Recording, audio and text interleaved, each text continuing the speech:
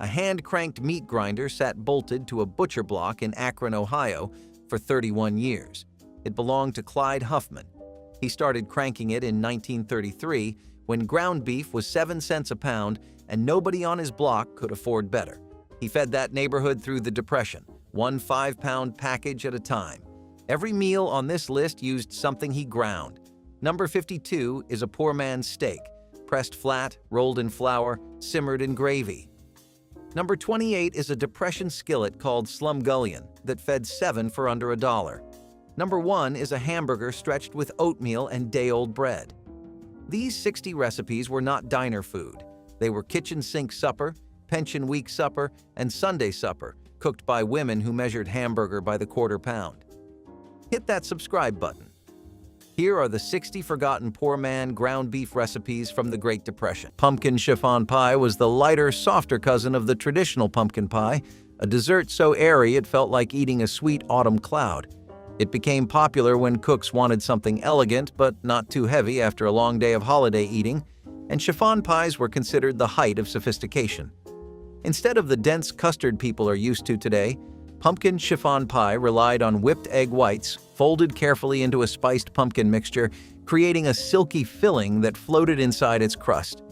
Families loved it because it felt special, almost fancy, even when the ingredients were simple and inexpensive. Mothers would make it the night before Thanksgiving so it had time to set, and children would sneak into the refrigerator just to poke at the trembling surface. But when canned pumpkin fillings and pre-made pies started taking over in grocery stores, chiffon pies faded fast. The delicate preparation did not fit into a world rushing toward convenience.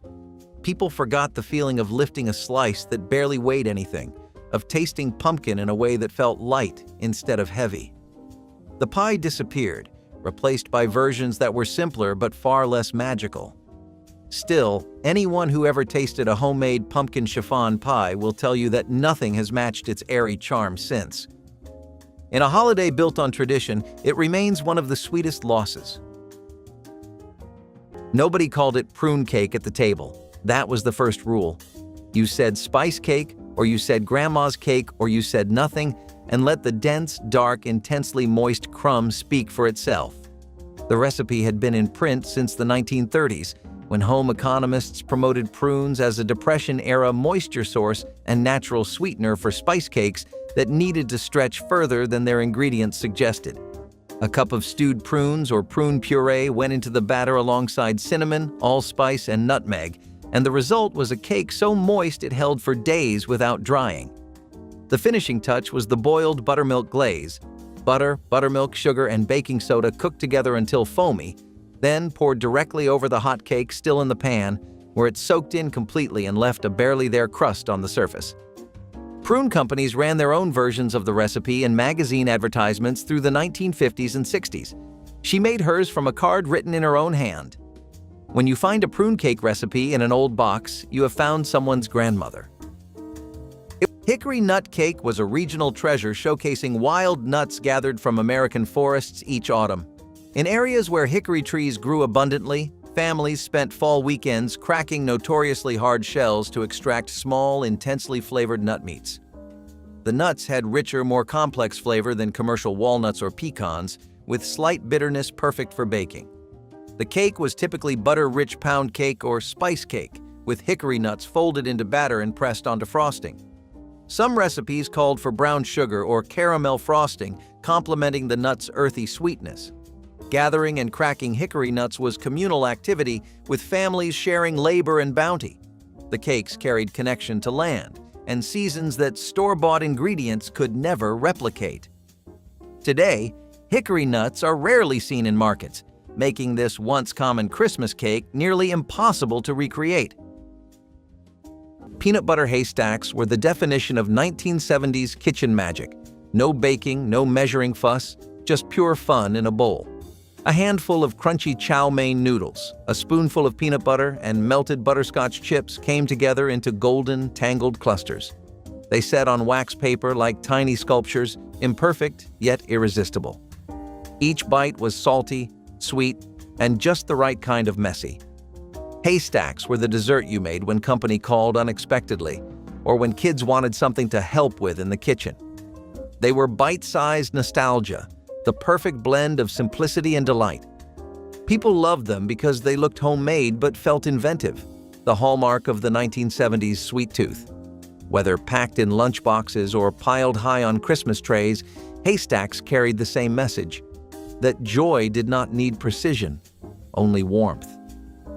Their crunch was unforgettable, their smell even more so. Peanut butter haystacks may have vanished from modern holidays, but they still live in memory, tangled up with laughter and gold. Charlotte Russe was that elegant molded dessert appearing at fancy Christmas parties, a tower of Bavarian cream surrounded by ladyfingers and crowned with whipped cream rosettes. The preparation required making custard from scratch, folding in whipped cream and gelatin, then carefully lining a mold with ladyfingers before filling it with the cream mixture. The dessert had to chill for hours until set, then came the nerve-wracking moment of unmolding, a successful release revealing a perfect striped tower, while failure meant a collapsed mess. Bakeries in cities sold individual charlottes in paper cups, but the homemade version was the showpiece of Christmas buffets during the 1960s. Hostesses would dust the top with powdered sugar to look like snow or pipe elaborate whipped cream decorations in red and green. Charlotte Russe required skills home cooks once practiced regularly, making proper custard, whipping cream by hand, and working with gelatin. As these techniques faded from common knowledge, so did this graceful dessert. Speaking of more boozy food, did you ever wonder where the tradition of Jell-O shots started from? Well, by the 1990s, everyone was getting drunk off of alcoholic gelatin, and people even started having themed Jell-O shots for different parties. For example, Christmas parties would have candy cane Jell-O shots, dressed up like the iconic candy canes you'd always associate with Christmas. Around the start of the 2000s, people actually started experimenting a lot with what they could do with Jell-O shots. They used different colored ones and associated flavors with themes, which worked because they really were trying to create Jell-O shots that looked and tasted great.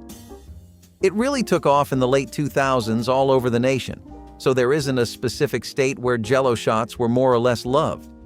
However, there is a certain phase of life with which you commonly associate Jell-O shots. There's been many stories of otherwise tame people having one too many Jell-O shots at a college party or bar and ending up with memorable incidents.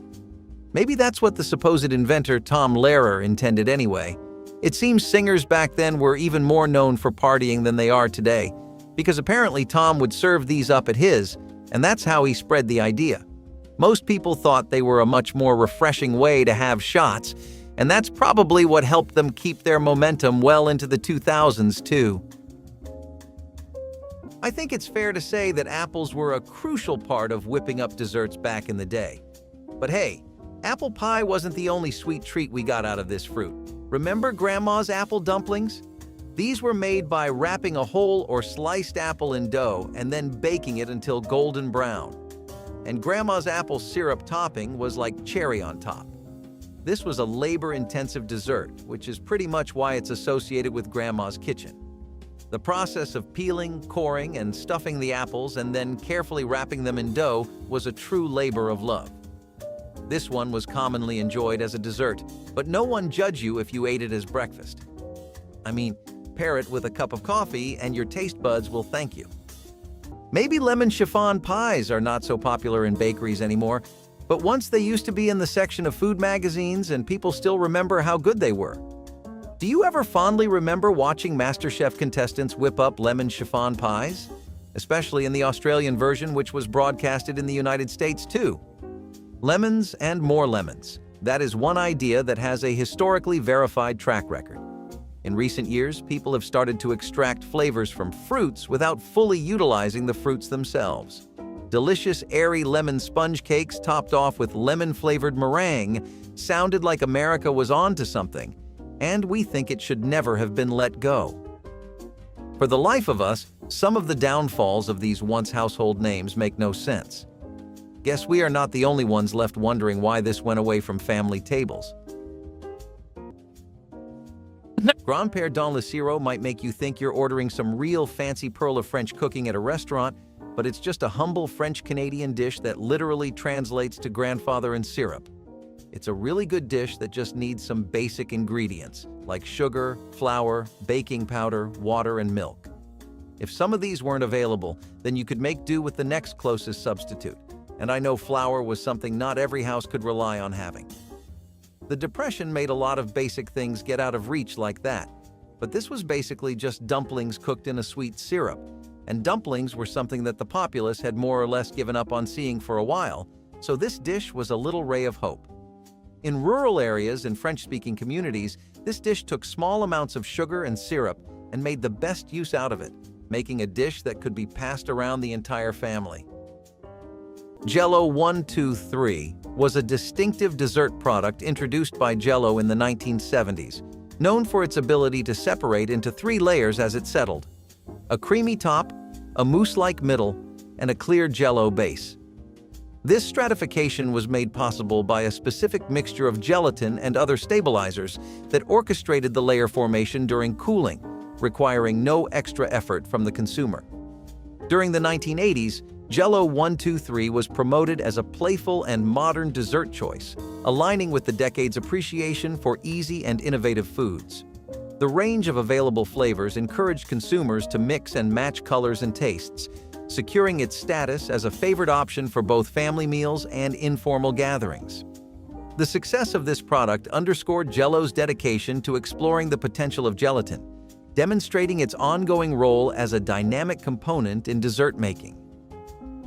Butterscotch brownies, or blondies, mix it up with brown sugar, butter, flour, eggs, and baking powder, all jazzed up with butterscotch chips. These goodies swapped out chocolate for a sweet caramel-like vibe and caught on fast. They were super easy to whip up, making them a go-to for anyone needing a quick dessert fix without the intense richness of chocolate. Their ease of preparation and ability to store well made them popular for potlucks, school functions, and holiday treat exchanges. Over time, though, as bakers got more into gourmet and unique flavors, blondies weren't the main event anymore. Usually, you'd find them cut into squares, laid out on a platter, perfect for grabbing a bite without any fuss. The combo of a chewy middle with a bit of crunch around the edges really made these stand out. So far, we have had some pretty tangy and sweet fruits, but let's go back to our roots with some country apple dumplings. Especially beloved in the South, they were a hit in most homes across America because of how easy and quick the idea was. A big fat reward to go with it made it a solid dinner plan on Sundays. Dumplings with apple fillings wrapped in pristinely soft dough with cinnamon. Honestly, when it sounds this good and people still say that imagining it doesn't compare to experiencing it, you know it was something special. At least a thing deeply special and a comfort food for a lot of people. America definitely had its fair share of baking phases on a national scale. During times like the 60s, these were just the perfect thing to make. Sad that you could not find one in bakeries nowadays like before. Originally created for Queen Victoria's Jubilee, Cherry's Jubilee brings a royal touch to the table, making its historical significance part of its charm. It can easily be adapted into a non-alcoholic version for family-friendly events, ensuring its universal appeal. Serving it over ice cream is classic, but layering it in parfaits or as a crepe filling adds a creative twist. The flambe technique not only captivates diners with its dramatic presentation, but also enhances the dessert's rich flavors. While traditional recipes feature cherries, variations using different fruits or liquors invite customization. Cherries, Jubilee's blend of history, versatility, and theatrical presentation keeps it a beloved classic, offering a special experience for today's diners seeking both tradition and innovation. Butterscotch pie was the kind of dessert that made people stop mid-conversation when it was carried to the table, its glossy meringue peaks and golden filling catching the light in a way no one could ignore. The magic started on the stovetop, where sugar and butter melted together to create a deep caramel flavor that filled the kitchen with warmth. Once the mixture thickened into a silky custard, it was poured into a flaky crust and crowned with a cloud of meringue.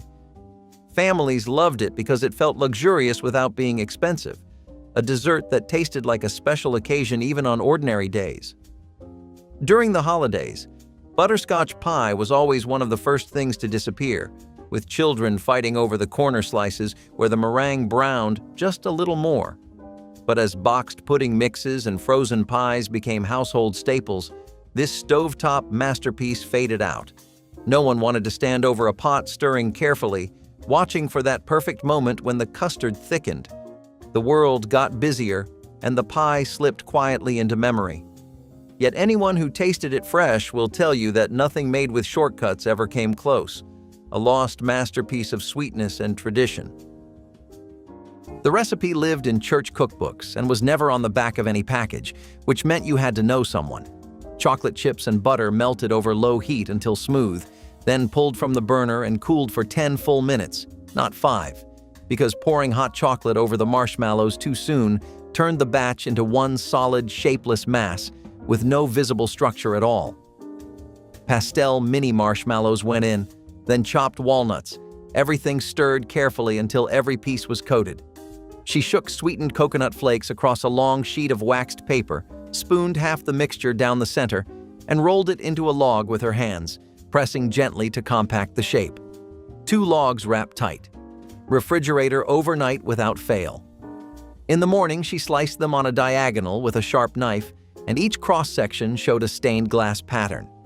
Pastel circles of marshmallow suspended in dark chocolate, ringed in white coconut. At Christmas, the cut faces looked exactly like the windows of the church she had attended since childhood. Nobody in the next generation ever thought to ask for the recipe card. Lady Baltimore cake was the grande dame of Southern Christmas baking. A towering white layer cake with filling so complex it required its own recipe card. The cake was delicate white, made with egg whites only, producing ethereal texture that melted on the tongue.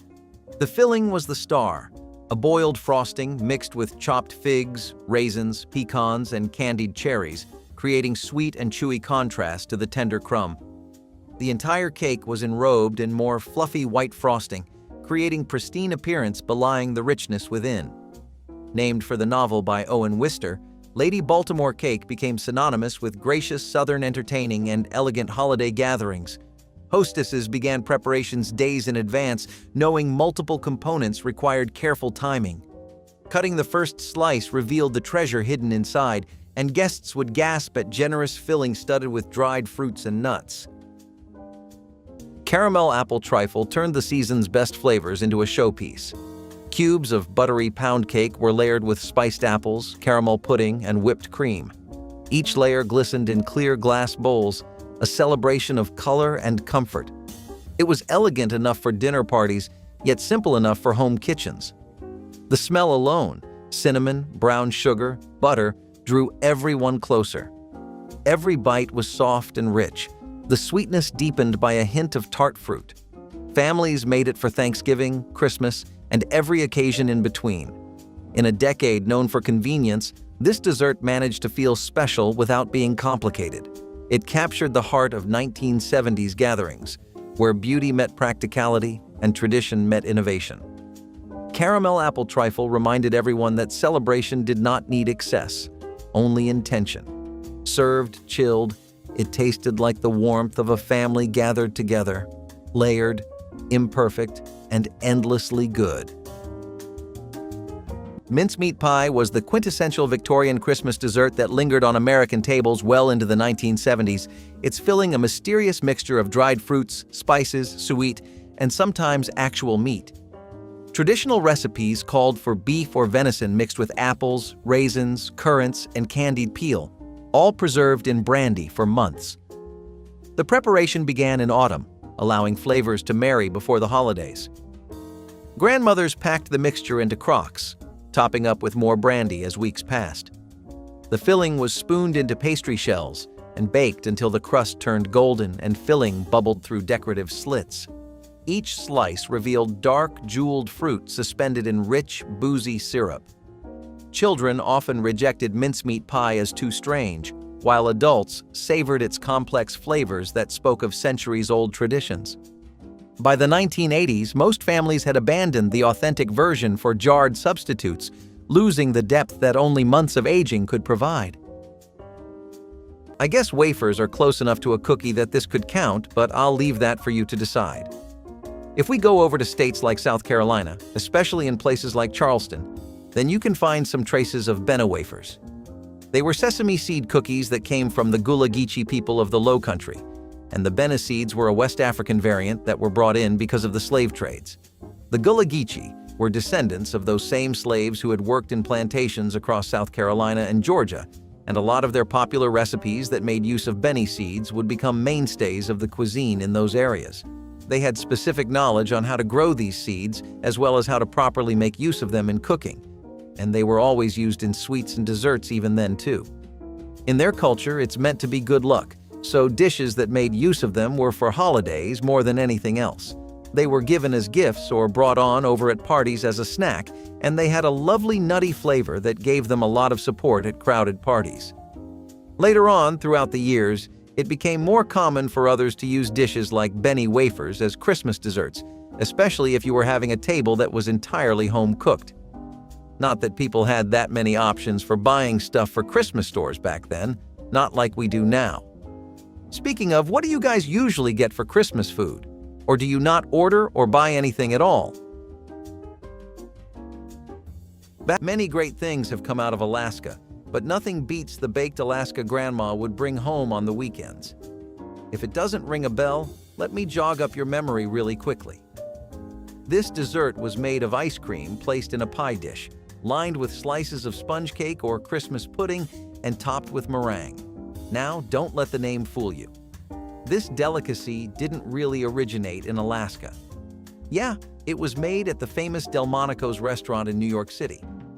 The dessert was supposedly named Alaska, Florida, in 1867 to celebrate the United States' purchase of Alaska from Russia, with the cold ice cream representing Alaska and the warm, baked meringue representing the sunny state of Florida. This one is known for its dramatic presentation. It was brought to the table aflame with a flambe. Many grandmas love to make baked Alaska for special occasions because of its wow factor.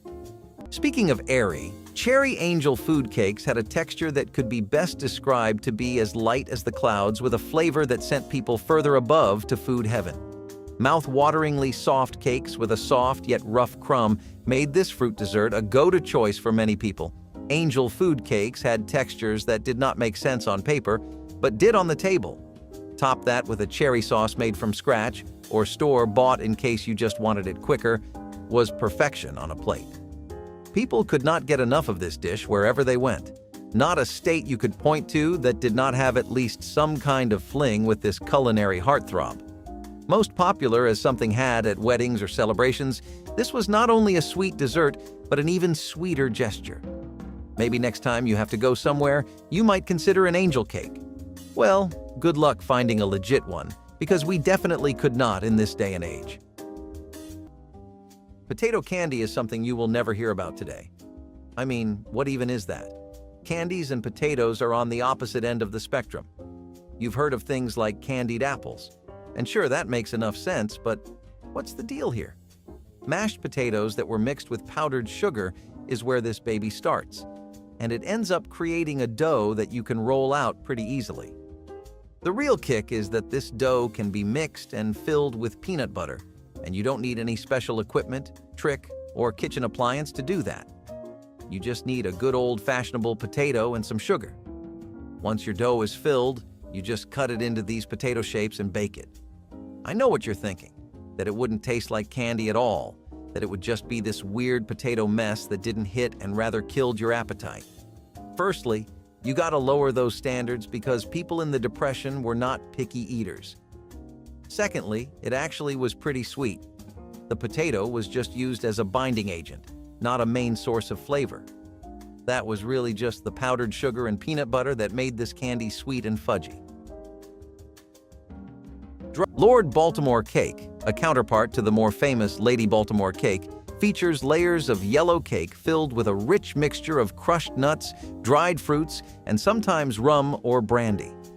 This cake was particularly noted for its fruity, boozy filling, which set it apart as a more robust option compared to its delicate counterpart. Originating from the southern United States, its preparation involves creating a moist, buttery yellow cake base, which is then layered with the fruit and nut mixture. The 1980s brought innovations such as using macerated fruits in the filling enhancing the moisture and flavor of the cake and introducing different types of nuts for a varied texture.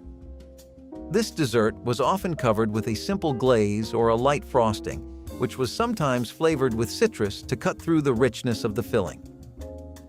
Rocky Mountain chocolate fudge is one of the sweetest scoops of ice cream you might try. This delectable, rich, and creamy chocolate fudge owes its success to Rocky Mountain Chocolate, which is an international brand that makes some of Colorado's finest Rocky Mountain tubs. You'll find outlets everywhere, but the best ice cream has to be where the company's based in Durango. This has been a favorite of children across every state, and if you're visiting as a tourist, you need to grab yourself some. Poke cake hit the scene in the 70s and got everyone excited because you could do so much with it. After baking a simple vanilla or chocolate cake, you poke holes all over it and fill those up with Jell-O, pudding, or sweetened condensed milk. This trick lets the filling soak into the cake, making it super moist and adding layers of flavor. Jell-O pushed this idea big time, showing everyone how a plain cake could turn into a showstopper. It was a hit because you could tweak it with different fillings depending on what you were into. But as tastes got more sophisticated and folks leaned towards less sugary stuff, poke cake kind of lost its spotlight. It was usually served in a big dish, looking casual and family-friendly. You'd often see it with a fluffy layer of whipped cream on top, maybe some fruit or sprinkles too, just to make those flavors pop. Peach cobbler is another all-time classic that got just as much love in the South and more than that in other states. No one out there can say they do not remember having a good peach cobbler. While it went out of fashion as far as being a family dinner table regular, it is not something that went extinct. On the flip side, no one can deny that it is not the hit it used to be either. Still, let's talk about what was rather than what is. See, the funny thing about cobbler was that it could be different depending on where you were. In the South, it was more like a fruit-filled deep dish pie. In the East Coast, it was similar to a fruit filling inside a baking dish with jam and biscuit elements. Either way, you were in for one hell of a party. We just wish the festivity continued until today. Bananas Foster, a flamboyant dessert known for its dramatic tableside preparation, has seen a decline due to the decrease in formal dining experiences and the rise of DIY dining trends. The spectacle of flambeing, while impressive, requires a level of skill and safety precautions that may deter home cooks. Additionally, the dessert's reliance on rich ingredients like butter, sugar, and rum contrasts with the growing preference for lighter, fruit-based desserts. The shift towards quick and easy recipes for home entertainment has also contributed to its reduced popularity. Nonetheless, Bananas Foster remains a beloved classic for special occasions, suggesting that with innovative adaptations, it could regain popularity among those seeking to recreate restaurant-quality experiences at home. Cranberry pudding with hard sauce was one of those desserts that looked humble on the outside, but carried a surprising punch once you cut into it. This steamed pudding was dense, tart, and beautifully old-fashioned, the kind of dish families made before ovens were common in every home. The cranberries gave it a deep ruby color and a sharpness that cut through the heaviness of a Thanksgiving meal, and it always arrived at the table warm enough to fog up the windows. But the real magic came from the hard sauce, a thick mixture of butter, sugar, and a touch of something strong enough to make everyone at the table raise their eyebrows just a bit. When you dolloped it over the pudding, it melted slowly, seeping into every corner and creating a flavor no modern dessert can truly imitate. Families made this because it felt festive, grown-up, and cozy all at once, a dessert that lit up the room even without frosting or decorations. Over time, the steaming process fell out of fashion, and people traded long cooking times for convenience. Microwaves replaced kettles, boxed mixes replaced handwritten recipes, and the pudding slipped quietly into obscurity. But the truth is, a dessert like this was never about convenience. It was about gathering in the kitchen, checking the pot, waiting together, and finally sharing something warm and indulgent on a cold holiday night, a forgotten classic, but one with a heart that has never really disappeared. The fondue pot lived in a cabinet between dinner parties, still in its original box, and bringing it out was a declaration that the evening was an event. The chocolate fondue itself was straightforward: semi-sweet chocolate, heavy cream, a splash of Kirsch or Grand Marnier, melted over a small flame until smooth enough to coat a strawberry cleanly. The social mechanics were the real technique. Everyone dipped in turns. The long two-tined fork with the colored ring that marked which was yours, the strawberries and pound cake cubes arranged on the serving platter, the rule that dropping your dipper meant a kiss or a drink depending on the company. Swiss-French communal tradition, revived in America in the 1950s, reached peak saturation in American dinner culture through the 1970s, before fondue pots disappeared into thrift stores by the thousands. The chocolate still works exactly the same way. It is the gathering around it that cannot be replicated. Lane cake originated in Alabama and reached peak popularity during the 1950s Christmas seasons when Southern hostesses competed to produce the most impressive version. The cake layers were simple white or yellow cake, but the filling was where ambition met tradition.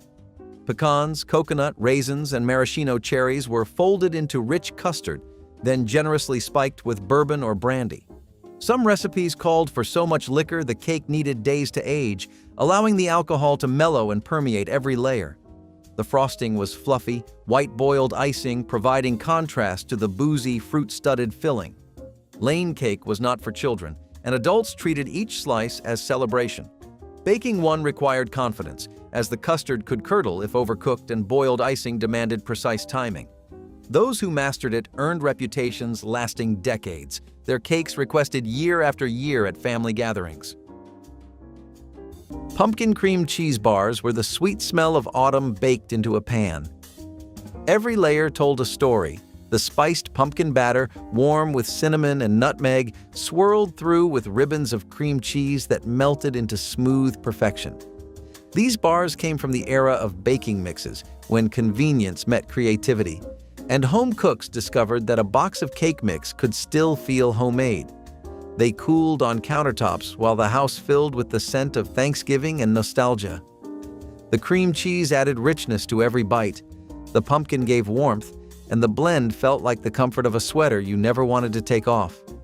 They were cut into squares, shared at church gatherings, and tucked into holiday tins with wax paper folded between them.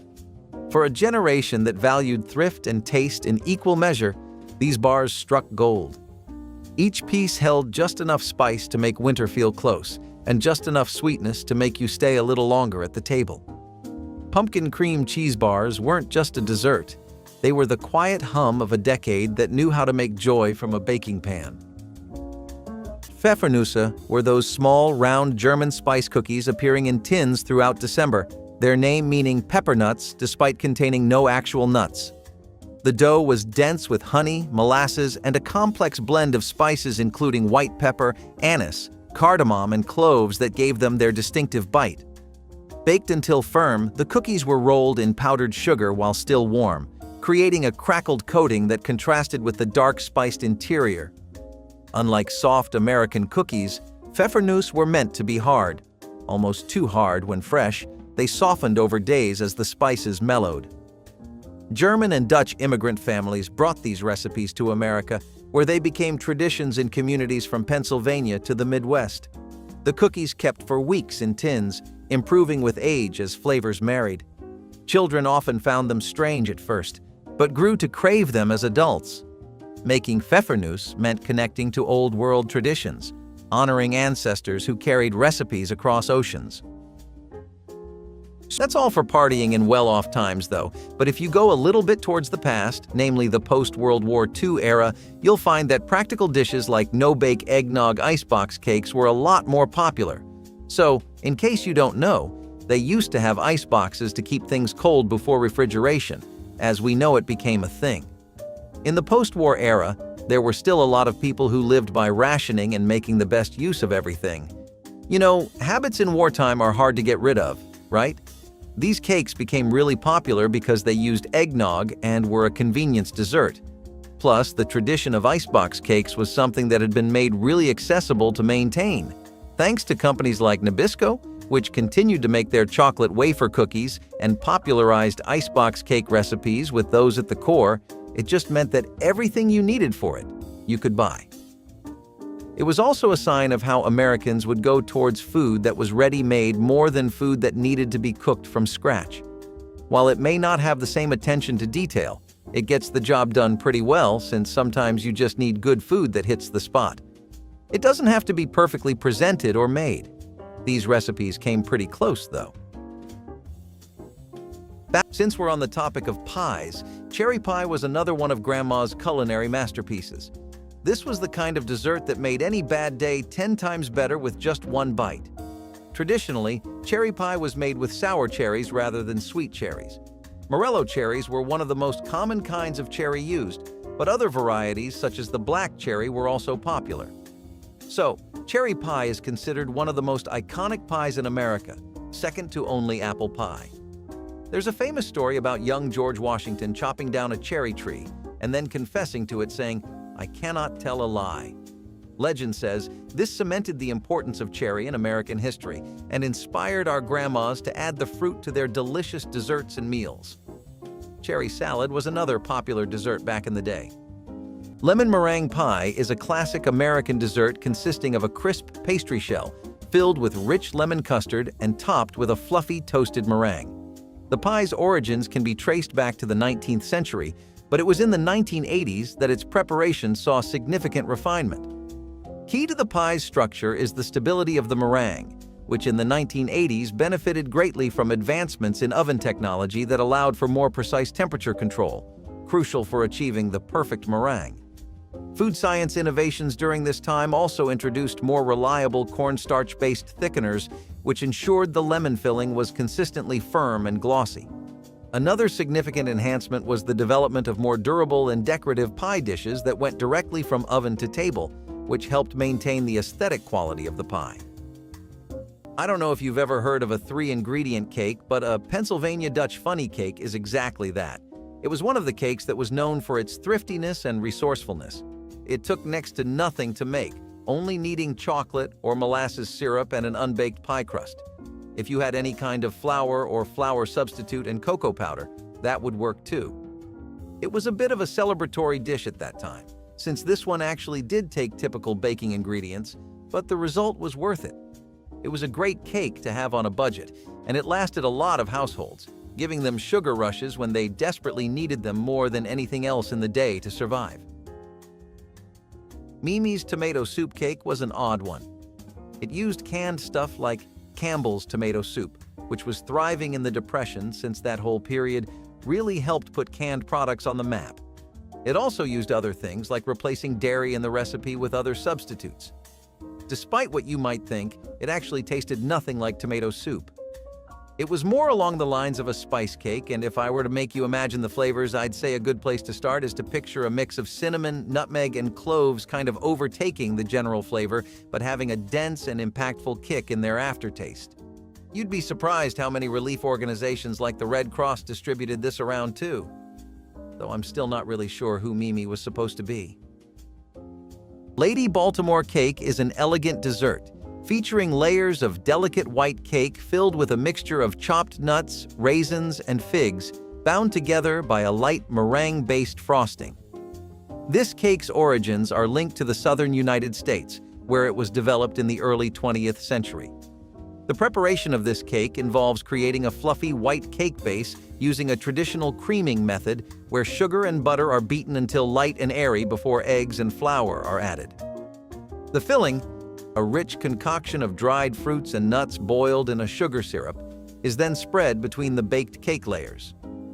The frosting, often a Swiss or Italian meringue, was perfected during this time to hold up better under various environmental conditions, ensuring the cake remained pristine and appealing for longer durations. Possum pie is an Arkansas favorite, a layered dessert with chocolate pudding, cream cheese, and whipped cream. As good as it sounds, the story of how it made its claim to fame is just as much of a delight. In a 1974 newspaper, this pie swept the competition, and it wouldn't stop making headlines after either. In the Arkansas Gazette, a dish called possum pie randomly popped up and got a review in around the 1980s. Imagine stumbling upon a pie so good the rest of your city can't shut up about it either. This one is just as experimentative as adding alcohol to your cakes, but instead it is a mix of like 3 wildly different things, called a strawberry pretzel jello salad. Ripe, juicy strawberries, a tantalizing summer treat along with crushed sweet pretzels with a jello layer. Sometimes more than one, the jello element actually worked along really well with the strawberry and pretzel combo.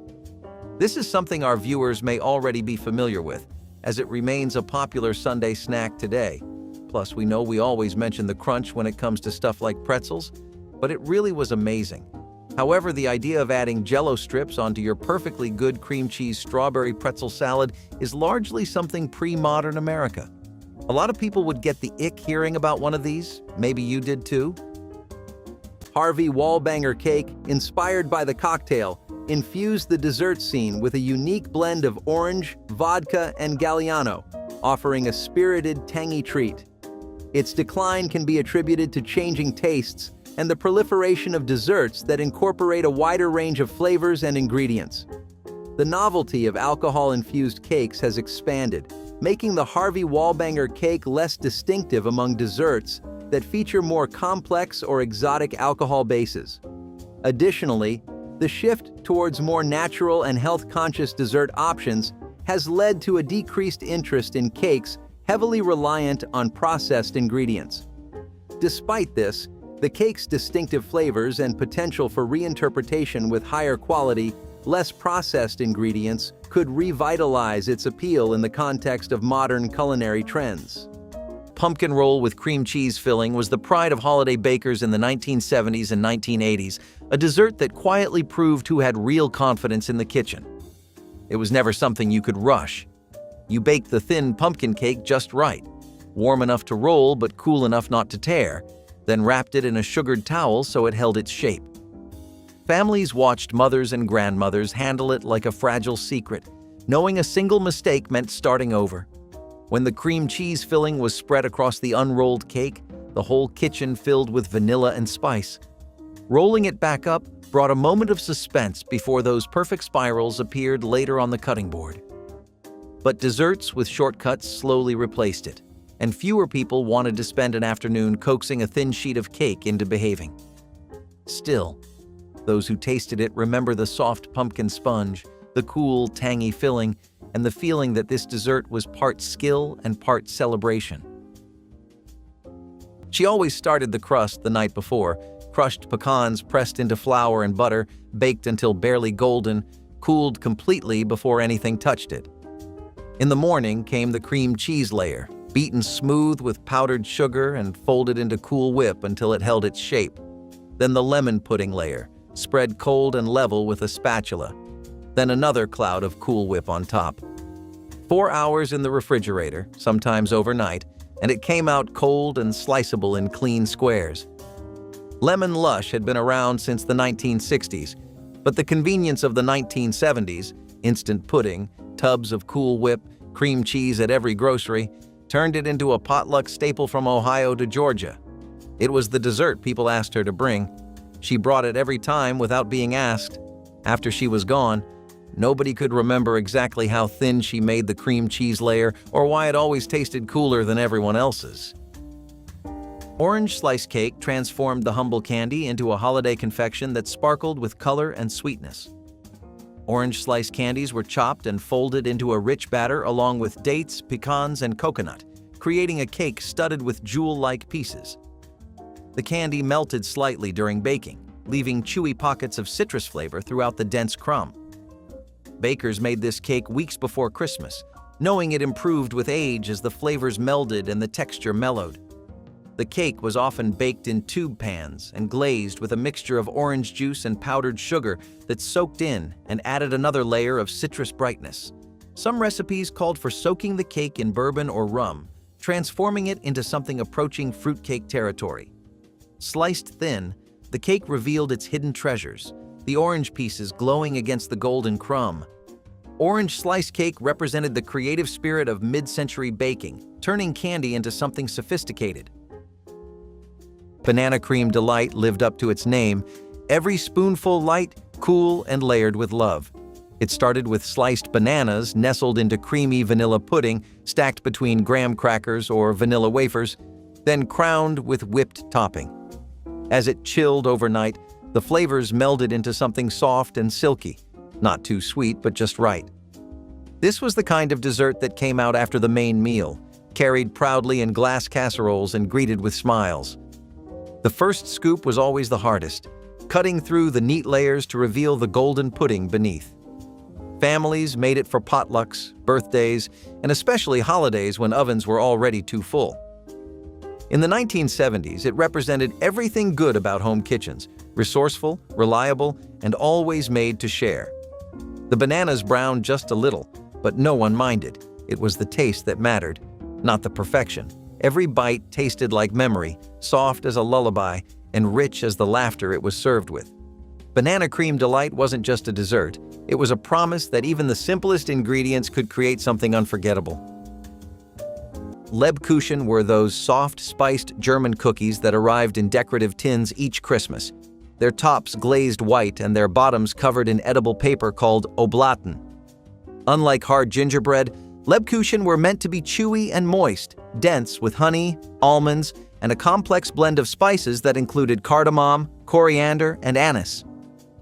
German bakeries had perfected these cookies over centuries, and immigrant families brought recipes to America, where Lebkuchen became Christmas traditions in communities from Wisconsin to Texas. The dough was made weeks in advance, stored in crocks to ripen before being cut and baked. The characteristic glaze was made from powdered sugar and water, painted on while cookies were still warm so it dried to a crackled finish. Families would order tins from German specialty shops or make their own following handwritten recipes. Lebkuchen kept for months when stored properly, improving with age as the spices mellowed into harmony. We're going to stay in this 1950 to 2000s period for a while, so buckle up. It's not a surprise either, since some of the most prolific dishes of the 20th century came out of this specific half of it. One of the most iconic recipes from that time was Forgotten Kisses, which were a meringue-based cookie. They got the name because the cookies would usually be left in the oven even after the time was done. If it doesn't make sense to you at first, they'd put them in for hours or overnight usually, so people would forget all about them until they were perfectly ready to eat. I guess there have been weirder names in history for food. Anyway, you're probably wondering what the point of leaving them for that long even is. After all, who doesn't like fresh cookies? People did this because it apparently made them firmer and gave them their unforgettable light and airy texture. Plus, meringue cookies stay okay even if you leave them for a really long while. These cookies were also kind of a sign of the times, because around when they were making waves in bakeries and holiday cookie exchanges, slow cookers also became a thing. It was a part of a new trend in American cooking where the masses were favoring recipes they could prep, leave, and forget about until they were ready, while still being inexpensive and easy enough to get. Hey, every family needs to eat, and sometimes doing it on a budget is ideal. So if that was you back in the 1960s or 70s, then you would often get your sugar rush satisfied with Forgotten Kisses. It was pretty inexpensive to make, and home baking was already the trend back then anyway. Now, not all of us had a sweet tooth growing up. But you know grandmas, they had something for everyone. And lemon meringue pie was the dessert of our dreams. It wasn't too sugary, just the right balance of tart and sweet. The pie that we knew growing up was believed to have evolved from two earlier desserts, the lemon custard pie and meringue top desserts. The lemon meringue pie consisted of a shortened pastry base filled with lemon curd and topped with meringue. This dessert became all the rage during the Victorian era, which made it one of the luxury dessert options of the time. But you know how our grandmas loved spoiling us, and she was always ready to whip up labor-intensive meals as long as they brought a smile to our faces. Plus, this one was also one of the healthier desserts. Yeah, thanks to the lemon's vitamin C and the absence of heavy creams and custard. It doesn't really get better than this, does it? The pineapple upside-down cake, a staple of American baking since the early 20th century, experienced a notable resurgence in the 1980s. Characterized by its caramelized pineapple and cherry topping, the cake's preparation begins with a layer of sliced pineapples and cherries at the bottom of the pan, covered by a rich batter that, once baked and inverted, reveals a colorful and enticing design. The availability of canned pineapples and the affordability of baking ingredients during the 1980s contributed to the cake's popularity. Innovations in non-stick bakeware during the 1980s also facilitated the cake's preparation, ensuring that the aesthetic appeal of the caramelized top was preserved upon inversion. The pineapple upside-down cake not only served as a delicious treat, but also as a canvas for culinary creativity, with many bakers experimenting with different types of fruit and spices to create unique variations of the classic recipe. I think if you had to circle out and pick one specific dish that best shows the kind of mentality people were under every day during the Great Depression, you would pick water pie. The name itself shows you how frugal this dish really is, and it's pretty true to the branding too. It just takes water, flour, and sugar, and if available, you can use butter and vanilla extract. A lot of people took notes out of mock food culture, which itself was a product of the Depression. People would try to make imitations of actual popular dishes, but since the ingredients were never available for them, and usually the goal was to make something that could feed the entire family, imitations using inferior ingredients or substitutes became popular. This pie didn't even really need eggs and milk, and it showed just how much people were willing to make do with whatever they had, as long as they got some food. You just pour water into a pre-baked crust and then mix in pretty small amounts of the rest of the ingredients because you still want to be saving. The taste wasn't as strong as it could have been if people were a bit more generous, but for what it was worth and how much the ingredients were stretched, it did still taste amazing. It was more of a custard on the inside than a pie, but it was definitely a way to have a pie craving satisfied back then. Coconut cream pie is distinguished by its creamy, custard-like filling that blends eggs, sugar, and coconut milk, poured into a flaky pastry crust and topped with whipped cream and toasted coconut flakes. The pie's traditional recipe was enhanced in the 1980s with the introduction of high-quality coconut milk, which provided a richer coconut flavor and smoother custard consistency. The pie crust is typically pre-baked, a technique known as blind baking, to prevent it from becoming soggy once the wet filling is added. Innovations during the 1980s included the use of shredded coconut in the crust itself, adding texture and reinforcing the coconut flavor throughout the dessert. Food science played a role in improving the stability of the whipped cream toppings with the development of longer-lasting, stiffer whipped cream formulations, which kept the pies looking fresher for longer periods. Imagine a cake that's like a party in every slice. That's tequila sunrise cake for you. It's inspired by the cocktail, mixing up orange zest and grenadine in the batter with a good shot of tequila to kick it up. The grenadine does its magic to make the cake look like a sunrise, all vibrant and inviting. This cake was a hit because who doesn't want to try a boozy dessert that looks as fun as it tastes? Perfect for adult parties and summer gatherings, this cake brought a zestful twist to any celebration. But as folks started leaning towards simpler and more wholesome flavors, this flashy cake became less of a go-to. When it's served up, it's usually all dressed up with an orange slice or a cherry on top, making it perfect for any bash. It's a fun twist on dessert, turning your typical cake into something that's a toast to good times. Apple cider donuts took Connecticut by storm. At first, just spiced donuts made with fresh apple cider. It turned into something incredible when Harlem baker Adolph Levitt and a bright-eyed engineer met by chance. They got to making a system that could cut the work of making donuts in less than a half time, making apple cider donuts a marvel in the 1970s. Speaking of festivals and parties, tipsy cakes, as funny as the name is, were pretty popular at both. It does not take a genius to figure that one out, nor does it take one to see just how good sherry, brandy, and cake can be if combined. People went absolutely nuts over a good cake, and sometimes got buzzed rid of them too, depending on how much brandy they used, of course. And just between you and me, most people went over what the recipes suggested. Some states would use angel food cakes as the base and put 1 or 2 ounces of whiskey in there.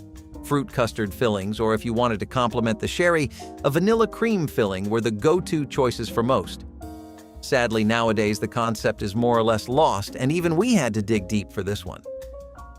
Grasshopper pie, minty and bright, offered a refreshing departure from traditional desserts, captivating with its vibrant green hue and creamy texture. Its decline can largely be attributed to changing dessert trends that favor less artificially colored and flavored options. The rise of culinary sophistication has seen a shift towards desserts that highlight natural ingredients and artisanal craftsmanship, leaving behind those with a reliance on food coloring and pre-made mixes. Furthermore, the pie's association with retro dining trends makes it less appealing in a market that constantly seeks the next innovative dessert. Despite this, grasshopper pie's unique flavor profile and potential for a more natural ingredient-based revival could reintroduce it to a new audience looking for a blend of nostalgia and modernity. Date nut roll was the kind of dessert that made children hover anxiously around the kitchen, waiting for the moment it was sliced. It was not a pie or a cake, but a refrigerator candy, rolled by hand and packed with sweet dates, nuts, and just enough cookie crumbs to hold everything together. Families made it weeks before the holiday, storing it away in wax paper like treasure hidden in the back of the fridge. When you sliced it, the spirals of sticky fruit and crunchy nuts made every piece look like a tiny stained glass window, and the taste was just as memorable. It was sweet without being overwhelming, rich without being heavy, and easy to stretch for a crowd when money was tight. Making it was a labor of love, requiring time and patience that people no longer make space for. As store-bought candy boxes and pre-made sweets filled the shelves, the roll faded away, seen as too old-fashioned or too fiddly for modern kitchens, but back then it symbolized celebration, care, and the quiet excitement of a holiday dessert pulled from a cold shelf on a chilly evening. A little forgotten, maybe, but never undeserving of its place at the table.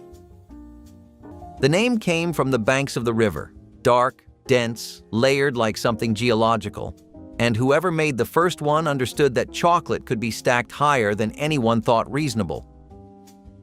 The Mississippi mud pie that spread through American home kitchens in the 1970s descended from the Deep South mud cake of the 1920s, traced by some food historians to Vicksburg, where a single-layer fudge cake was topped with marshmallow sauce and frosting while still hot, the two layers sinking together into something molten.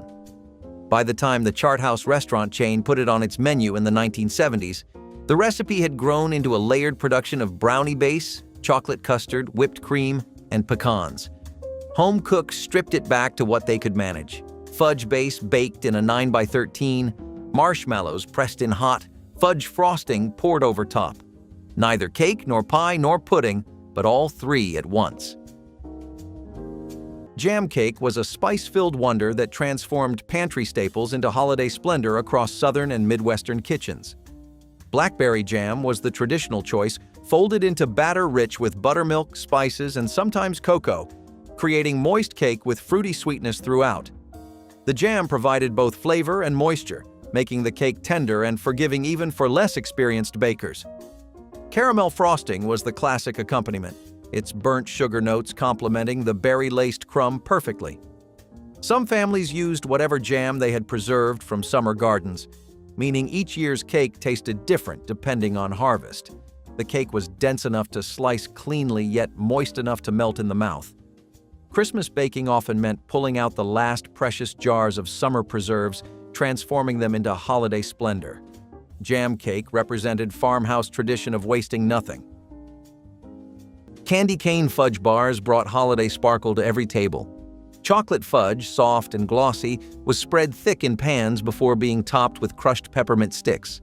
The colors, deep brown and bright red, looked like Christmas captured in candy. Each bite was a dance of cool mint and rich cocoa, bold yet balanced. Children helped press the candies on top, their fingers sticky with chocolate and joy. Mothers wrapped pieces in wax paper and tucked them into tins bound for neighbors and friends. The bars snapped cleanly, each one shining with little shards of peppermint glass. They were a gift that spoke of cheer and warmth without needing a card. In an era when everything was homemade and heart-driven, candy cane fudge bars stood out as both festive and effortless. They brought smiles to faces and sweetness to cold winter nights. One bite and the holidays felt close again. Simple, sincere, and sparkling. Sugar plums were those mysterious confections immortalized in holiday stories, yet few modern cooks could tell you what they actually were. Real sugar plums were handmade candies consisting of nuts or dried fruit coated in layer after layer of sugar syrup, each coat applied and dried before the next, until the center was encased in a smooth shell. The process took days of patient work, dipping and drying repeatedly, until the sugar plums reached proper size and glossy finish.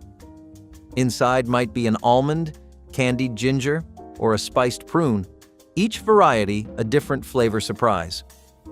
During the Victorian era and into the mid-20th century, confectioners made sugar plums in quantities for Christmas, selling them wrapped in tissue paper. The vision of sugar plums dancing required knowing what they were, jewel-like candies in pink, green, and white that caught light like precious stones. As commercial candy took over, the art of making sugar plums faded, leaving only the name behind. What was once a beloved confection became merely a word.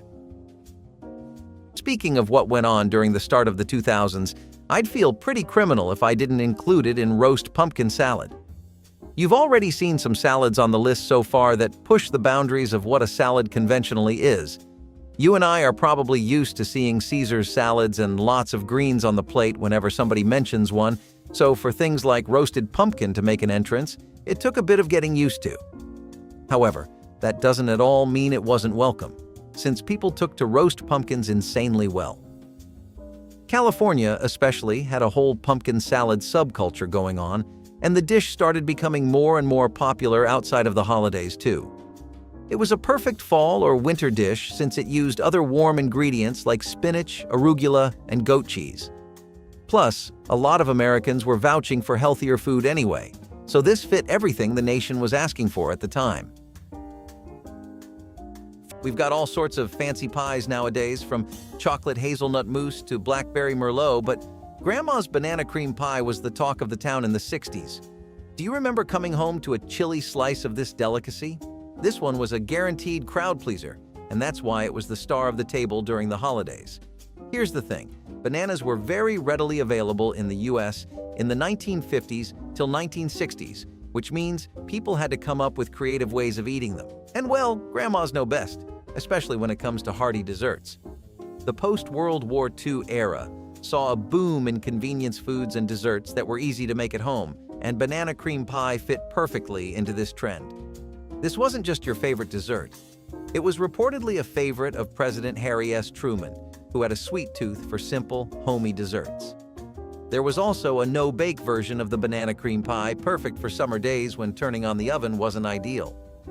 Lane cake gets its name from Emma Rylander, who struck gold with this white sponge cake because it became a staple of Alabama's diet. That's where it gets its name from too, and its secret kick, the whiskey, was a fan favorite all across the state. She showed up one day with this cake to a county fair in Clayton, Alabama, won first prize, and the rest, as they say, is history. Did you know it was also once the official cake of Alabama?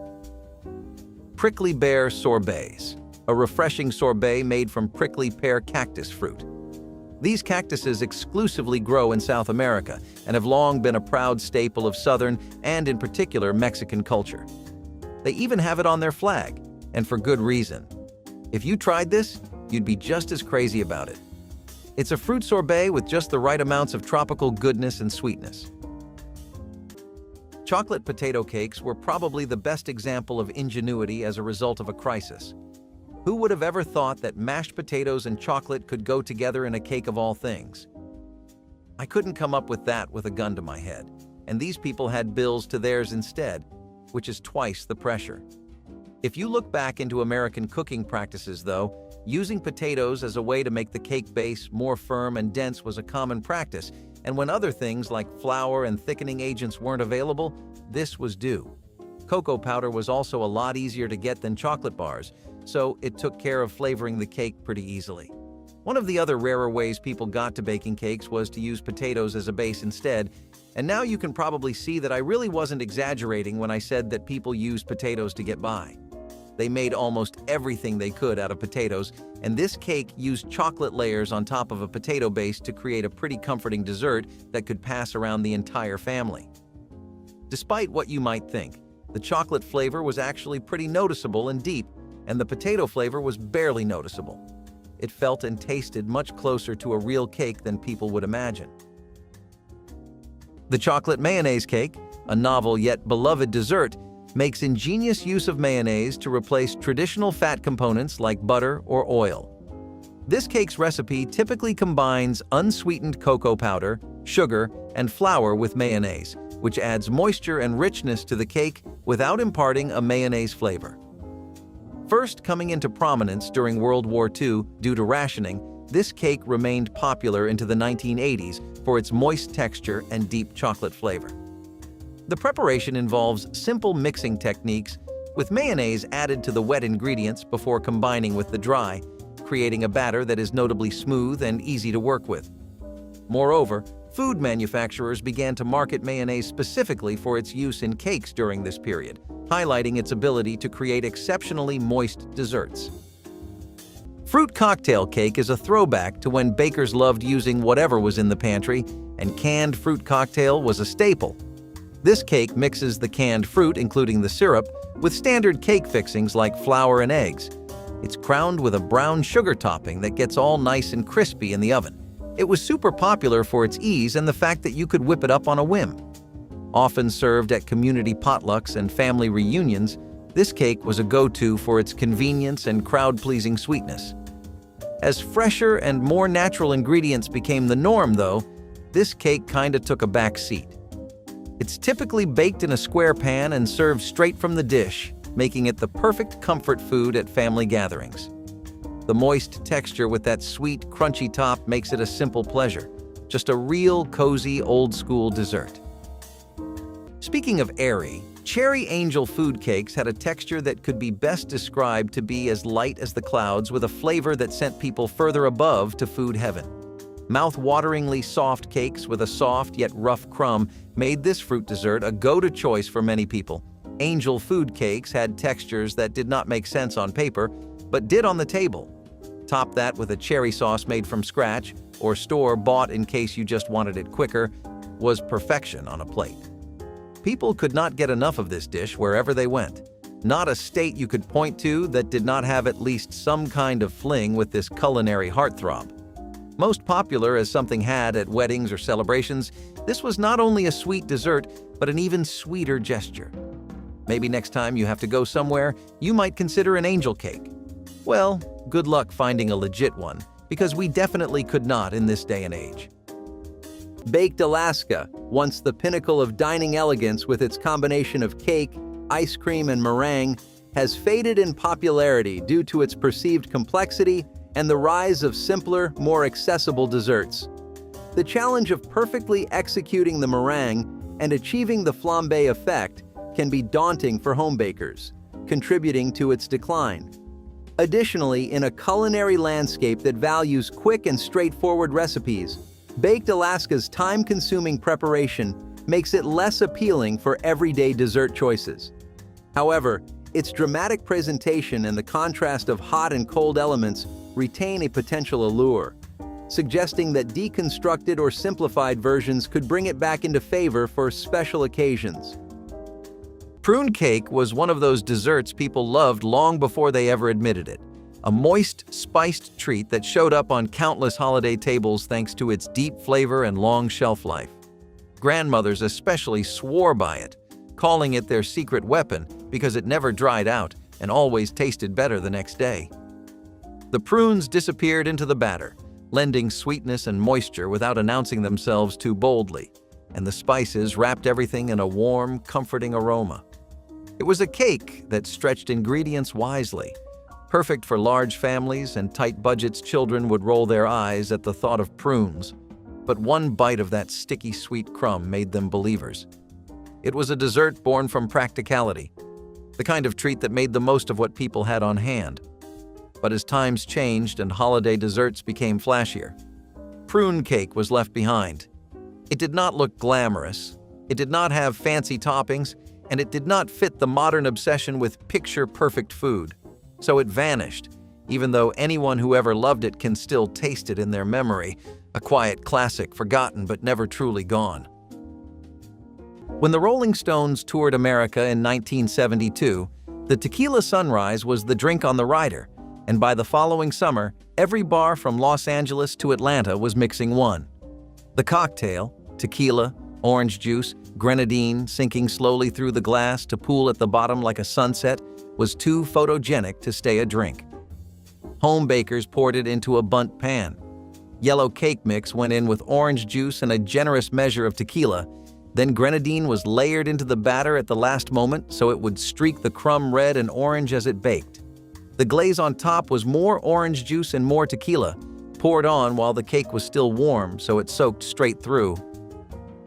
At a 1973 dinner party, arriving with a tequila sunrise cake on a pedestal plate meant you had seen the concert, or at least knew someone who had.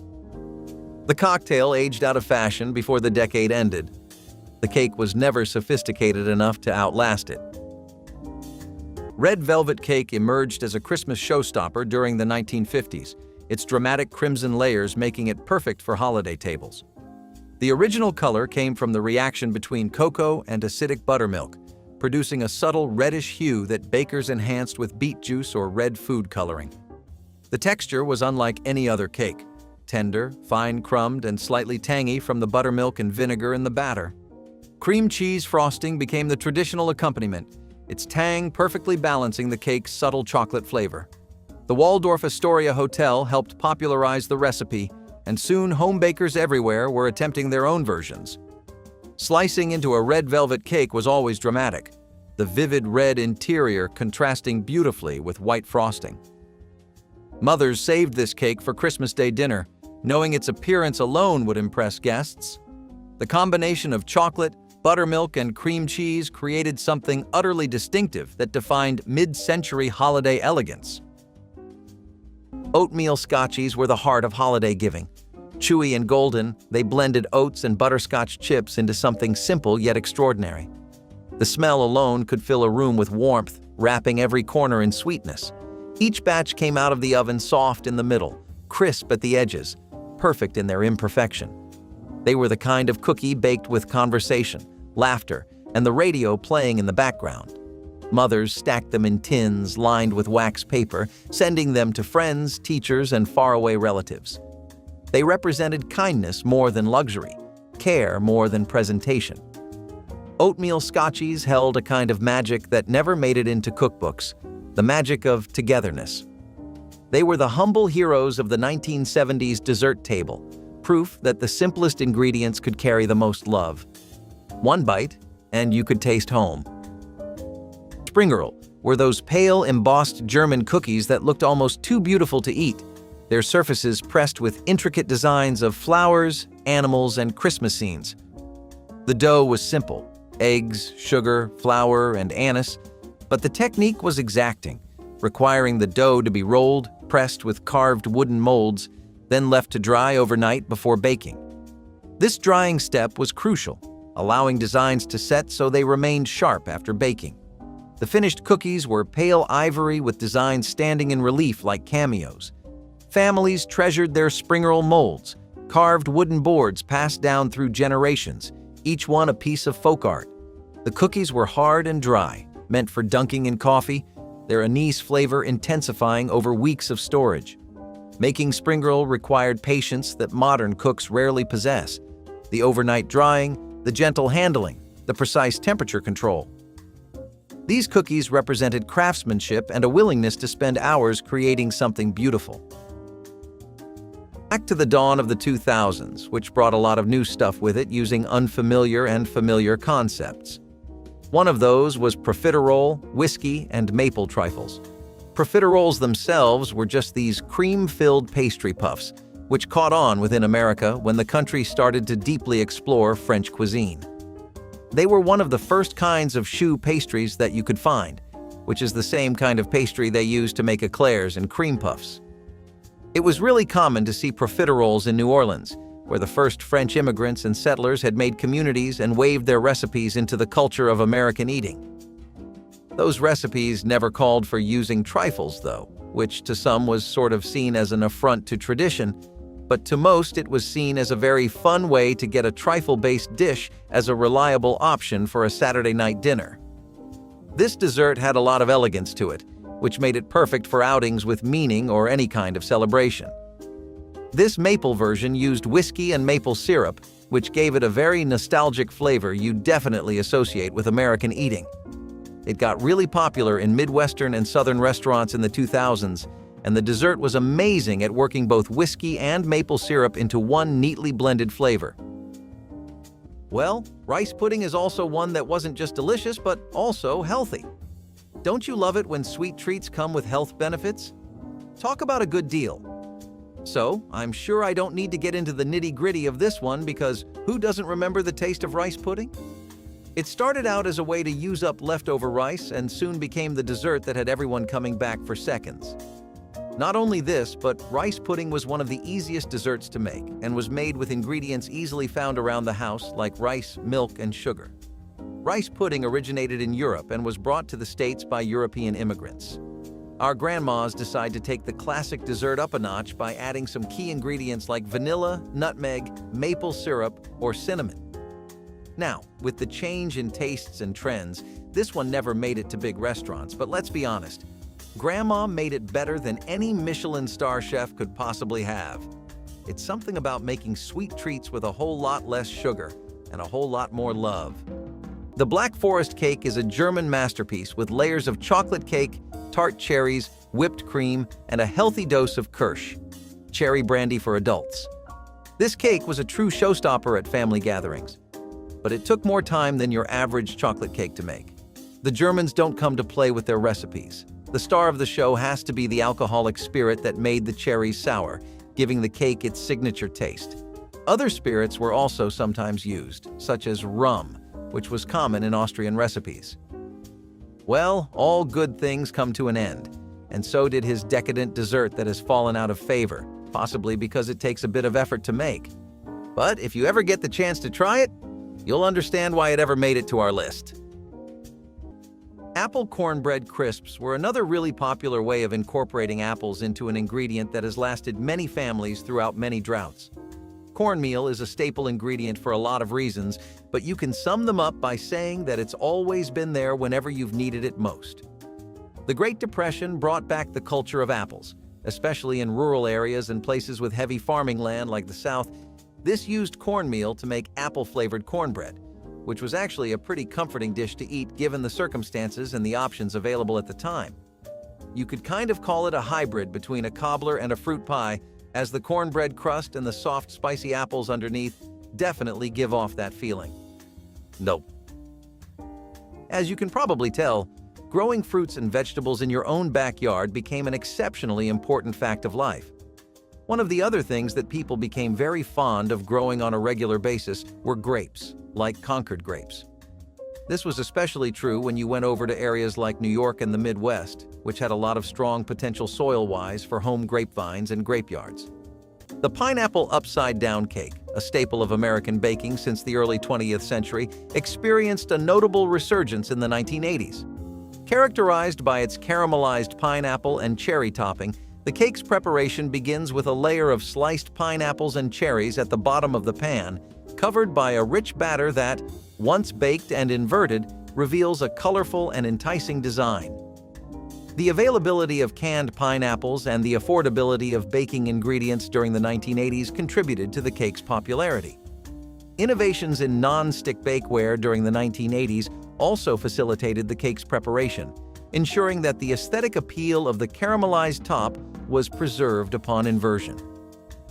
The pineapple upside-down cake not only served as a delicious treat, but also as a canvas for culinary creativity, with many bakers experimenting with different types of fruit and spices to create unique variations of the classic recipe.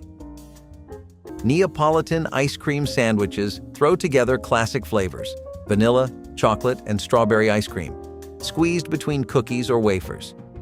This treat took the old-school Neapolitan ice cream idea from Italy, where mixing up flavors was the thing, and turned it into a fun, easy-to-eat dessert. Having all those flavors in one bite made it super popular at family get-togethers and community events. It was a blast of color and taste that just felt like a party. But as the dessert scene got crowded with new, exotic flavors and gourmet options, these ice cream sandwiches didn't stand out as much. They were simple but effective, with clear layers of ice cream showing through the cookies, making every bite a mix of creamy and crunchy. Now, if you were a serious home baker back in the day, like some people were, you might remember Spumoni baked Alaskas. We use the word serious because making this thing and doing it right was no joke. See, while it was not as flashy as setting rum alight like with the Fosters, it did have a lot of simple but dearly necessary things that could easily go wrong. Spumoni, to begin with, is a sherbet popular in Italian-American cuisine. Making a good sherbet was challenging back then. Topping that off with baked Alaska, an ice cream cake you had to make from scratch, could get even more challenging. Luckily, it was so popular people eventually got it right. Times like that are far gone now, though. And if you manage to find anyone who can make a proper one, contact us.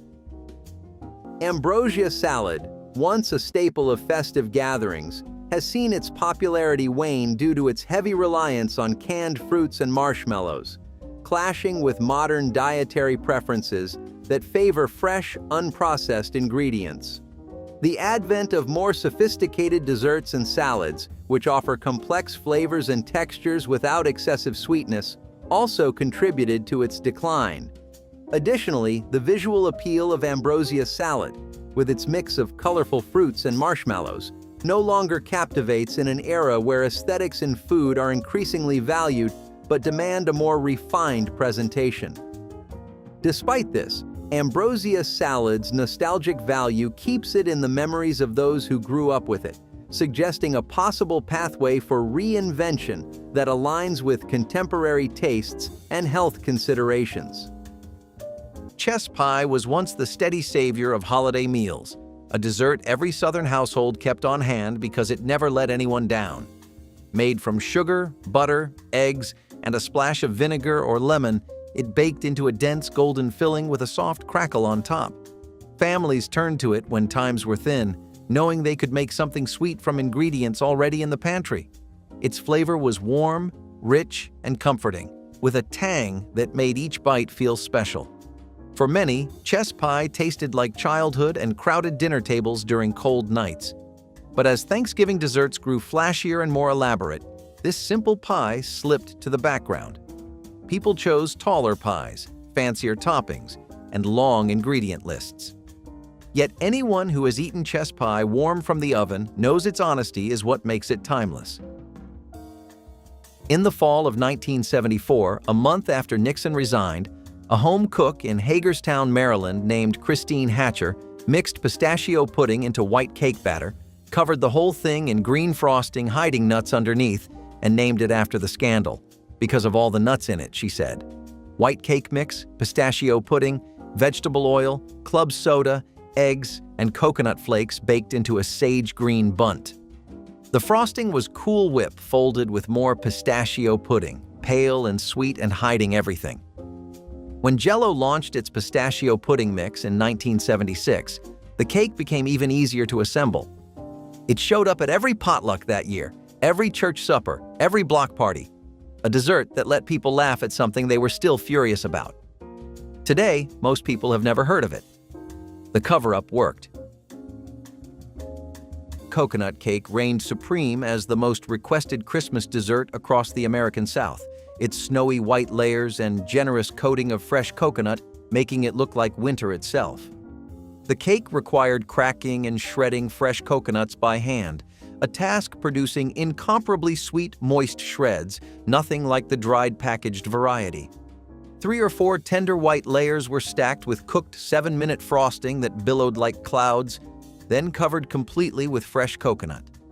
The coconut had to be applied while frosting was still tacky, pressed gently into every surface until the cake resembled a snowball.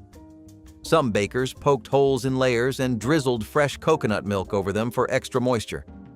The finished cake was displayed on the most elegant cake stand the household owned, often on a silver pedestal reserved only for Christmas. Children would sneak pinches of sweet coconut from the sides when adults were not looking. Today's coconut cakes rarely approach this level of devotion. Orange cream gelatin parfaits were bright as morning light. Served in tall glass cups, they layered orange gelatin with creamy vanilla pudding, a playful mix of texture and color. The contrast made them as beautiful as they were refreshing. They tasted like dreamsicles turned elegant, each spoonful both cool and comforting.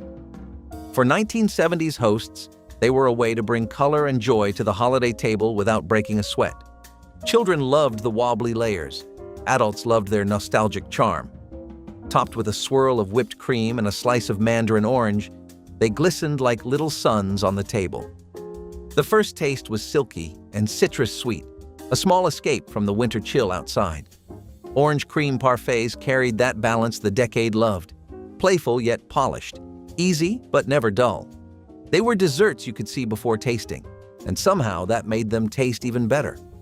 Every layer held light, laughter, and the brightness of simpler times.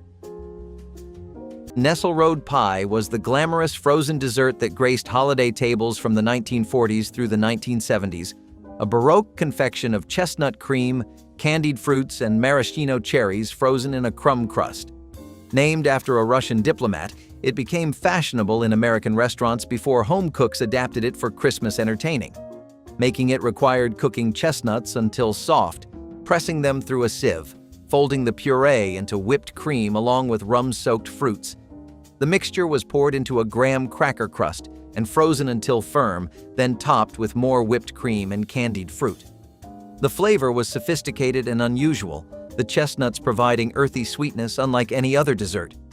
Department store restaurants made Nesselrode pie famous, and home cooks struggled to replicate its elegance. The dessert disappeared as chestnuts became harder to find and frozen desserts fell from fashion. Today, few remember this once celebrated creation that represented holiday entertaining at its most refined. Everyone loves a bit of Mars, right? It's one of the best chocolate bars we've ever had. I mean, it definitely beats Toblerone for me, but that's a video for another day. Another reason people really love the bar, besides its obvious elite taste, is that it could be worked into dishes like Mars bar Christmas crackles pretty easily. You could do a lot of DIY stuff with a few bars of Mars and end up with a pretty solid dessert to show off your ingenuity with. Mars bars were already a favorite in America, so when people took Rice Krispies and melted Mars to make a no-bake Christmas dessert in 1990, it really took off. It was a big part of holiday party menus, and none of them felt complete without it in that time period. It was also found in no-bake sections of cookbooks, and the ones that focused a lot on party food always made a mention of it for Christmas-themed events. The list kicks off with Bananas Foster's, the dessert that used the cheapest and most common fruit of all time. Bananas were served on top of ice cream, but wait, this was not just your typical ice cream sundae recipe. The real taste lay in the rum, butter, and cinnamon sauce that would be covering the scoop of vanilla ice cream with bananas. In terms of flavor, Banana Fosters were popular amongst young adults and parents who wanted a treat for themselves after serving ice cream on the dinner table. Yet the flavor was not its only attraction. People particularly noted how some chefs would add and ignite the alcohol during the sauce making. So, not only was this dish a joy to eat on every level imaginable, it was something you could really flex about if you made it well. Bananas Foster's had a really rich and vibrant flavor that just screamed feel-good comfort food. Truly, in that regard, even now that it is mostly a treat of the past, there are few desserts that compare. People used this fruit to make things like ruby grape pies, since no part of the harvest was meant to go to waste. This became a pretty efficient pie to make when you were short on ingredients and couldn't afford the main selling point, which would usually be some kind of fruit. This pie was really popular in places like the Northwest Pacific and California.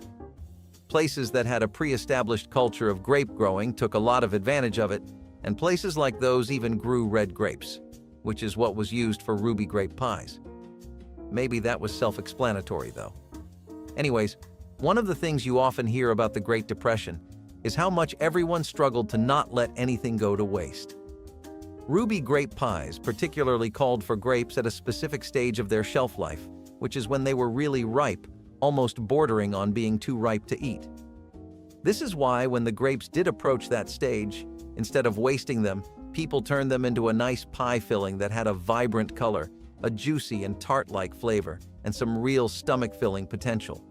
Dishes that looked and tasted nice were a real rarity, so people held this one close. Millionaire pie. known for its rich, creamy filling that typically includes pineapple, maraschino cherries, pecans, and sweetened condensed milk in a graham cracker or pastry crust, is a no-bake dessert that likely originated in the southern United States. The pie's filling is usually mixed together and chilled in the refrigerator until set, making it an ideal recipe for quick preparation without the need for an oven. During this time, variations began to include the use of whipped cream or cream cheese to enhance the texture and flavor of the filling, offering a more decadent and smooth consistency. The addition of coconut or different types of nuts was also a popular variation that provided an interesting texture contrast to the creamy filling. Divinity is this super fluffy cloud-like candy that popped up in the US early in the 20th century.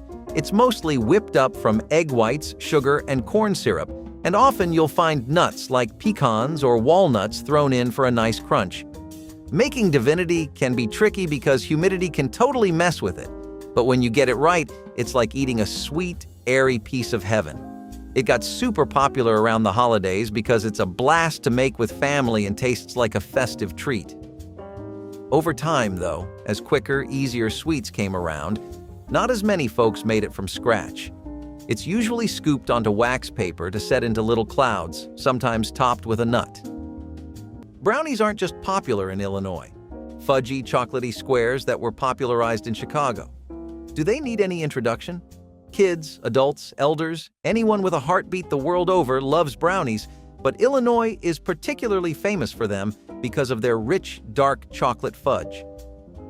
Similar to the Jell-O experiment we just had are fruit cocktail gelatin models. Come on, everybody loves a good fruit cocktail, especially when it is as hot as recent days have been. But just like Jell-O, fruit cocktail gelatin molds would not last long enough to be remembered. What time they did spend in America's food diary was definitely a unique one. Not a flavor you could easily describe today because, well, you could not easily find it. From some pretty early references to around the 70s, we can tell that it felt like a very cold, fruity drink that had a bubblegum flavor to it. Of course, not all gelatin molds back in the day tasted the same. America started preferring its whiskey neat and its coffee black and left imaginative thoughts like the fruit cocktail gelatin molds behind. A shame too, because in our opinion, they push the boundaries of what a good drink can be. Black Forest cake, celebrated for its layers of chocolate cake, cherries, and whipped cream, has experienced a decline as preferences have moved towards simpler, more minimalist desserts. The cake's elaborate assembly and rich flavor profile may not appeal to a health-conscious audience that prefers desserts with less sugar and lighter ingredients. Furthermore, the global palate has become more adventurous, seeking out new flavors and dessert concepts beyond the traditional. Despite this, the cake's deep-rooted cultural significance and potential for ingredient innovation, such as using less sugar or incorporating alternative flours, offer opportunities for a modern resurgence, particularly among those who appreciate the art of baking. Coconut custard pie was the quiet heartbeat of Southern holiday tables, a dessert that won people over without needing decoration or fuss. It came from the simplest ingredients: eggs, milk, sugar, shredded coconut, and vanilla. As it baked, the custard settled low while the coconut rose and turned golden, creating a pie that tasted warm and familiar. Families loved it because it brought sunshine to a cold season and reminded them of childhood afternoons. It showed up at potlucks and Thanksgiving dinners long before more elaborate desserts became popular. Older cooks trusted it because it never failed, even in lean years. But as store-bought pies and trendier flavors crowded the table, this humble favorite faded. People forgot how satisfying a soft custard and toasted coconut could be. Still, in homes where old recipes survive, this pie remains a gentle reminder of slower holidays and simple comfort. The poke cake looked like an ordinary white cake until you ran the handle of a wooden spoon straight down through it, punching holes every inch across the top. That was the whole trick, and if you had never seen it done, you would not have guessed. She mixed a packet of strawberry Jell-O with boiling water, let it cool just enough to stay liquid, and poured it slowly over the warm cake, watching it disappear into the holes and fan through the crumb. Jell-O promoted the recipe in the early 1970s, and it spread fast through neighborhood recipe boxes because it required no frosting skill, just a wooden spoon and patience. The Cool Whip crown went on cold. You could make it the afternoon before a party and forget it until the guests arrived. The first slice always surprised people who had never seen what was hiding inside. Nobody makes it anymore. Apple stack cake emerged from Appalachian kitchens as a communal Christmas tradition where neighbors each contributed a layer to build a towering holiday centerpiece. Unlike conventional layer cakes, this one used thin, cookie-like layers made from simple dough enriched with sorghum or molasses. Between each layer went thick spread of dried apple filling, cooked with spices until dark and sticky. The assembled cake was wrapped and left to rest for days, during which moisture from the filling softened dry layers into tenderness. The number of layers in a bride's apple stack cake once indicated her popularity, with more layers meaning more friends had contributed. Christmas versions might tower 8 or 10 layers high, testament to community bonds and shared tradition. The flavor was unlike any other, more reminiscent of spiced apple butter than traditional dessert. Each slice revealed striped layers, a visual record of many hands. Rum raisin ice cream pie was the dessert of quiet indulgence. Vanilla ice cream softened and folded around raisins soaked in dark rum until plump and fragrant. The mixture was poured into a cookie crust and frozen again until smooth as silk. Every slice felt cool, creamy, and just daring enough to feel grown up. The scent of rum filled the kitchen, mingling with laughter and low music from another room. It was the kind of dessert served after the children went to bed, a secret holiday pleasure for adults. Topped with a drizzle of caramel or chocolate, it looked luxurious, but came together with ease. Its flavor, sweet, spiced, and a little bold, carried a memory of warmth even when frozen. Rum raisin ice cream pie was the spirit of the decade, a little glamorous, a little rebellious, and completely unforgettable. Date nut roll was that glossy cylinder wrapped in waxed paper appearing in refrigerators during December, a dense and chewy confection tasting like concentrated Christmas. The candy started with chopped dates cooked with sugar until thick, then mixed with butter, rice cereal, and mountains of chopped walnuts or pecans. While still warm, the mixture was shaped into logs, rolled in powdered sugar or coconut, then wrapped tightly and chilled until firm enough to slice into neat rounds. Each slice revealed a mosaic of nuts and golden dates, the texture somewhere between fudge and taffy. Department stores like Neiman Marcus became famous for holiday date nut rolls, but most families had cherished recipes passed down through generations. The rolls kept well for weeks, making them practical gifts prepared ahead of the holiday rush. Children often found them too sophisticated, leaving more for adults who savored their complex sweetness. Date nut rolls represented a time when Christmas candy meant more than chocolate. You already know grandmas have no chill around the Christmas season, and honestly, they're a lot more liable to just go all out with every ingredient they have rather than take it easy. It becomes a point of pride for some of them, I think, and I can kind of see why. It meant better and newer dishes for us to eat, though. I'm sure all of you can remember the cheesecake craze that dominated the start of the 2000s and how during Christmas you would have variations like the mini Santa cheesecake. A bite-sized snack, this made use of strawberries and other ingredients to represent Santa's colors, giving it a lovely visual as well as a fantastic taste. I guess it was more common for something like this to come out of New York than anywhere else, really. It was one of the hot spots for the entire focus on miniature desserts even back when these things first started. And it stayed as a cultural main point, where all things that affect the country definitely pass by New York. Taste of Home's Christmas Baking Cookbook highlighted this recipe as a fond Christmas favorite, one that really got all the kids together at the table. So, chocolate chiffon cake was a real classic back in the day. What made it so special? This cake was the ultimate two-in-one hybrid with the fluffiness of a sponge cake with the richness of chocolate. The secret to its light texture was beaten egg whites, which were gently folded into the batter. This cake was perfect for days when you wanted a chocolate treat without feeling too full. The best part? The powdered sugar topping that made the cake melt like fluffy clouds in your mouth. This delicious treat originated in California, and the recipe was kept a secret for 20 years until Harry Baker finally sold it and published it for the public in a Betty Crocker pamphlet in 1948. Unfortunately, as other cakes became more popular, everyone just kind of forgot about the delicious chiffon cake. Next up, we gave the rhubarb pie. This is another one of Grandma's treats that wasn't too sweet or heavy on the stomach.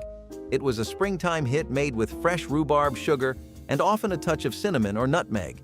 Rhubarb grows abundantly in gardens, and this recipe was the perfect way to use it up and celebrate the flavors of the season.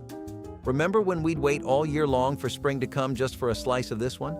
Well, some grandmas canned or froze the rhubarb to use throughout the year. Rhubarb is naturally quite tart and can be too sour to eat raw. In pies, it was typically paired with sugar to create a more palatable and balanced flavor. Grandmas often experimented with different amounts of sugar and other ingredients like strawberries to complement the tartness of rhubarb. Magic cookie bars got their start from an Eagle brand recipe in the 60s and caught everyone's attention with their awesome taste and texture game. Imagine a buttery graham cracker crust layered with sweetened condensed milk, then piled with chocolate chips, butterscotch chips, coconut, and nuts. It's a chewy, gooey slice of heaven. They were a cinch to whip up and didn't need much time in the oven, which made them a hit for busy bakers and holiday times. Interestingly, they also go by the name Hello Dolly bars in some regions, adding a bit of theatrical flair to their homey appeal. But as years passed and people started leaning towards fresher and less processed goodies, the craze for these bars kind of fizzled. Usually they were cut into squares or bars, rocking a no-fuss, rustic vibe that made them super easy to serve and enjoy. The mix of sweetened condensed milk with coconut and chocolate created a taste that screamed 1970s home baking. Wacky cake was known as depression cake, and it's not half as depressing as it actually sounds. It got that name, though, because it was everyone's idea on how to keep your sweet tooth in check and still get a cake somehow. Back then, the ingredients for cakes were just getting rarer and rarer. People had already given up on keeping stable supplies of flour and butter, but some couldn't even have eggs and milk on a regular basis. That's why this no-fuss cake that didn't take anything to make shine the way it did, and for something called depression cake, it sure put a smile on everyone's face. One of the most widely consumed ingredients in the entire Great Depression was potato. This star quarterback of a vegetable saved so many people's weekly dinner plans, it's really not even funny. Potatoes could also be homegrown, and with the Depression, a concept known as backyard gardening became a thing. People used to grow crops in their backyards wherever they could, either to keep getting new food that didn't cost anything or to sell it for other stuff. One of the best ones to grow was a potato because you could make anything out of it, like potato donuts. These were even store-bought, and they were still really cheap. Think of them like soft, starchy, melt-in-your-mouth donuts made out of mashed potatoes. Grasshopper pie, known for its minty, refreshing flavor and vibrant green color, is a chilled dessert featuring a crumbly chocolate crust and a creamy filling made from crème de menthe, crème de cacao, and whipped cream or marshmallow fluff. This pie was inspired by the grasshopper cocktail, popular in the 1950s and 1960s, and the dessert version became popular in the following decades. The combination of mint and chocolate gives it a distinctive taste that contrasts with the crunchy texture of the crust, usually made from crushed chocolate cookies mixed with melted butter.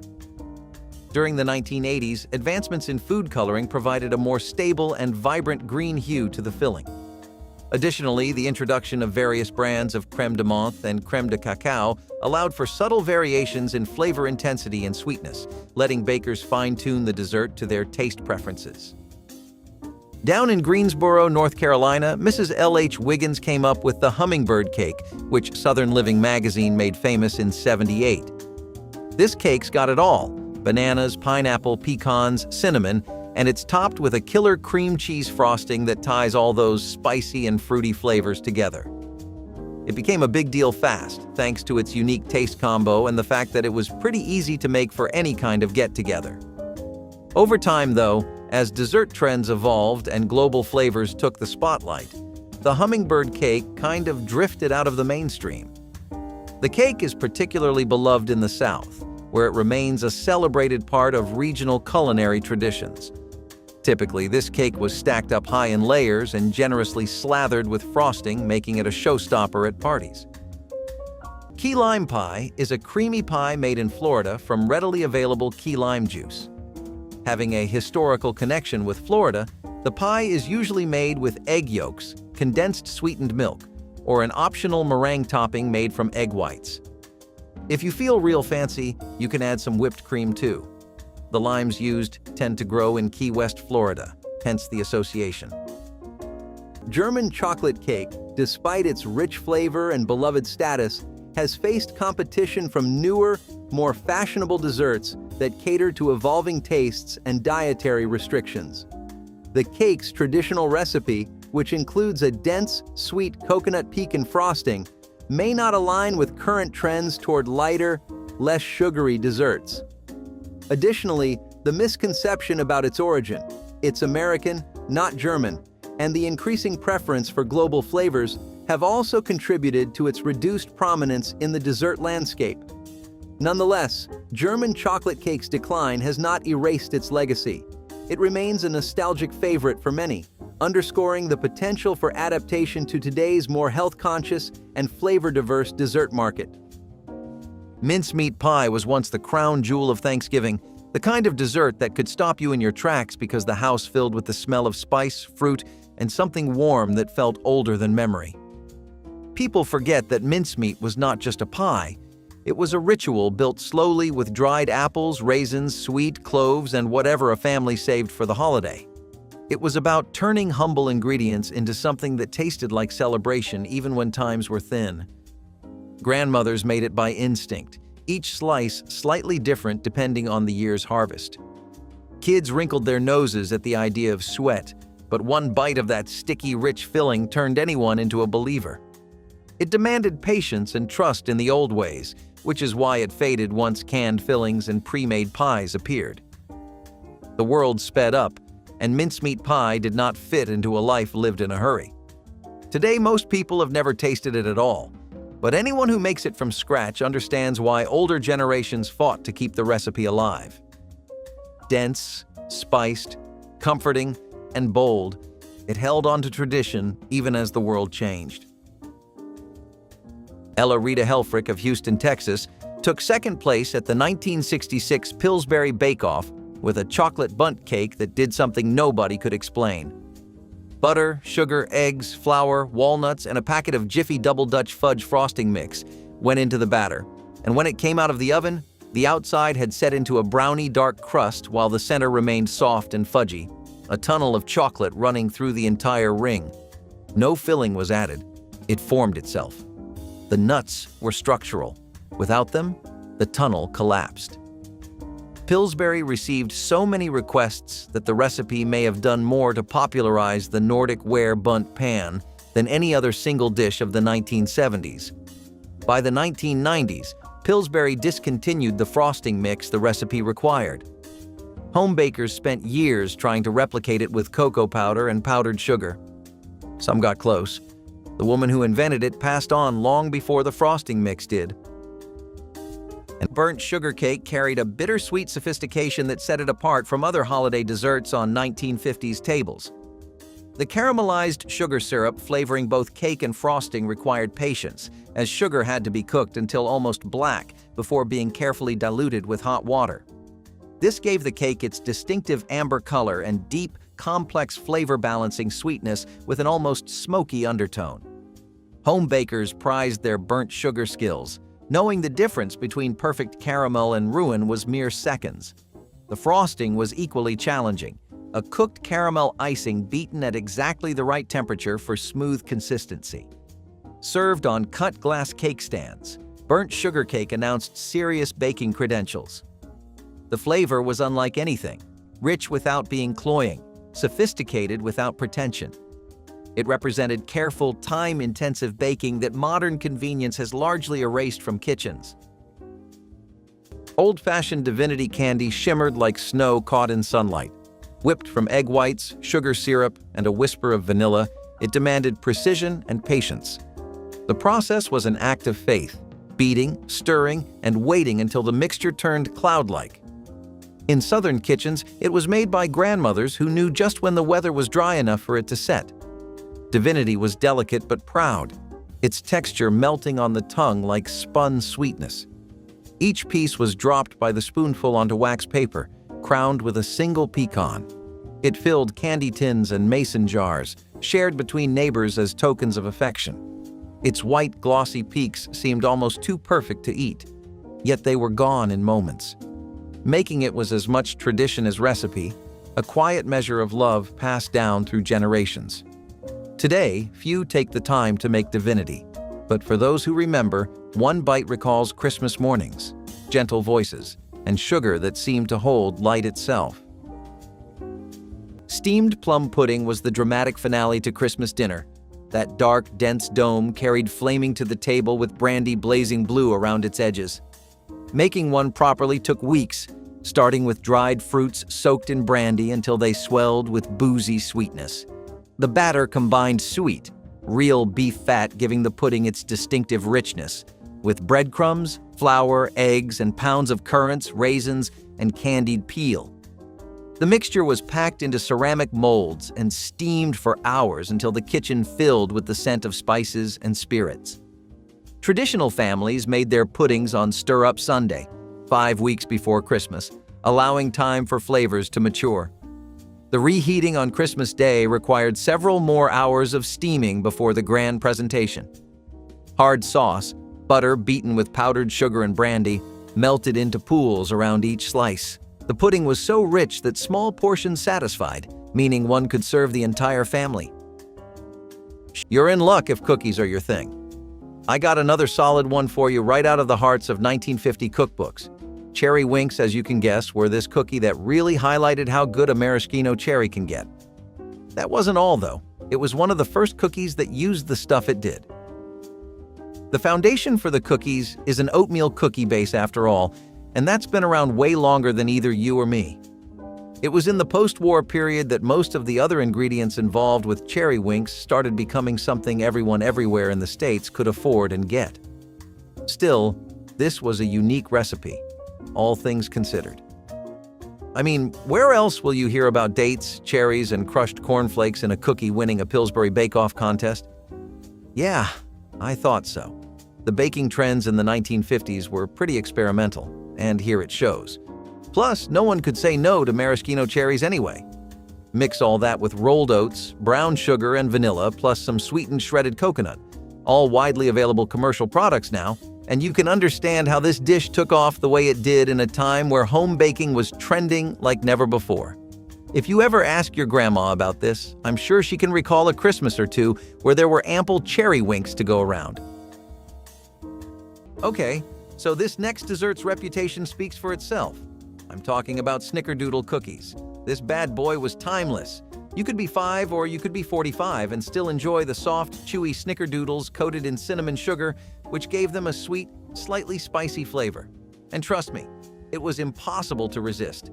Snickerdoodles are considered a classic American cookie, with a history that dates back to the late 1800s. 2 centuries later, they're still a fan favorite. Now, you could get these at many popular bakeries, but nothing beats what Granny whipped up in minutes back in the day. This biscuit was the star of Grandma's cookie jar, and always the first one to disappear. Possum pie is an Arkansas favorite, a layered dessert with chocolate pudding, cream cheese, and whipped cream. As good as it sounds, the story of how it made its claim to fame is just as much of a delight.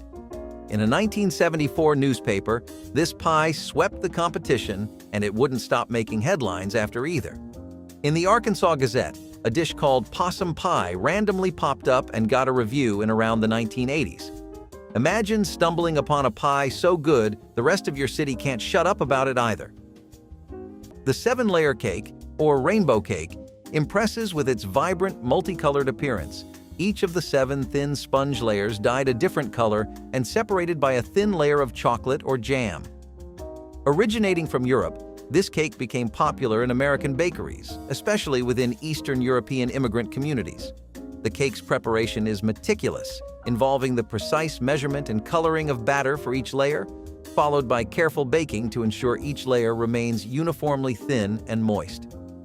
The 1980s saw advancements in food dye quality, which offered brighter, more fade-resistant colors, making the layers visually striking without affecting the flavor.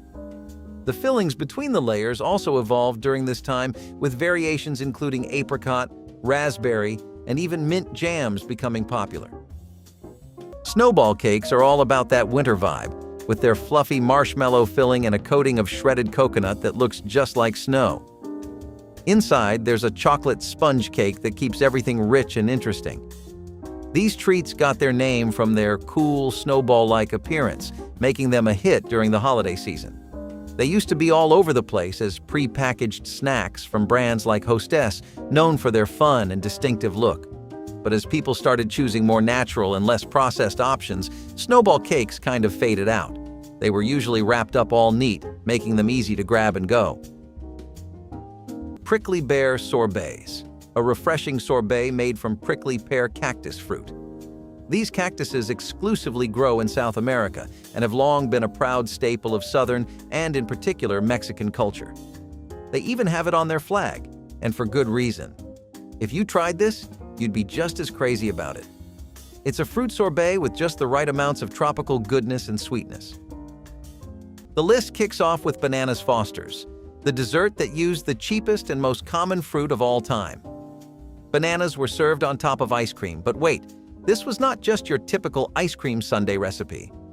The real taste lay in the rum, butter, and cinnamon sauce that would be covering the scoop of vanilla ice cream with bananas.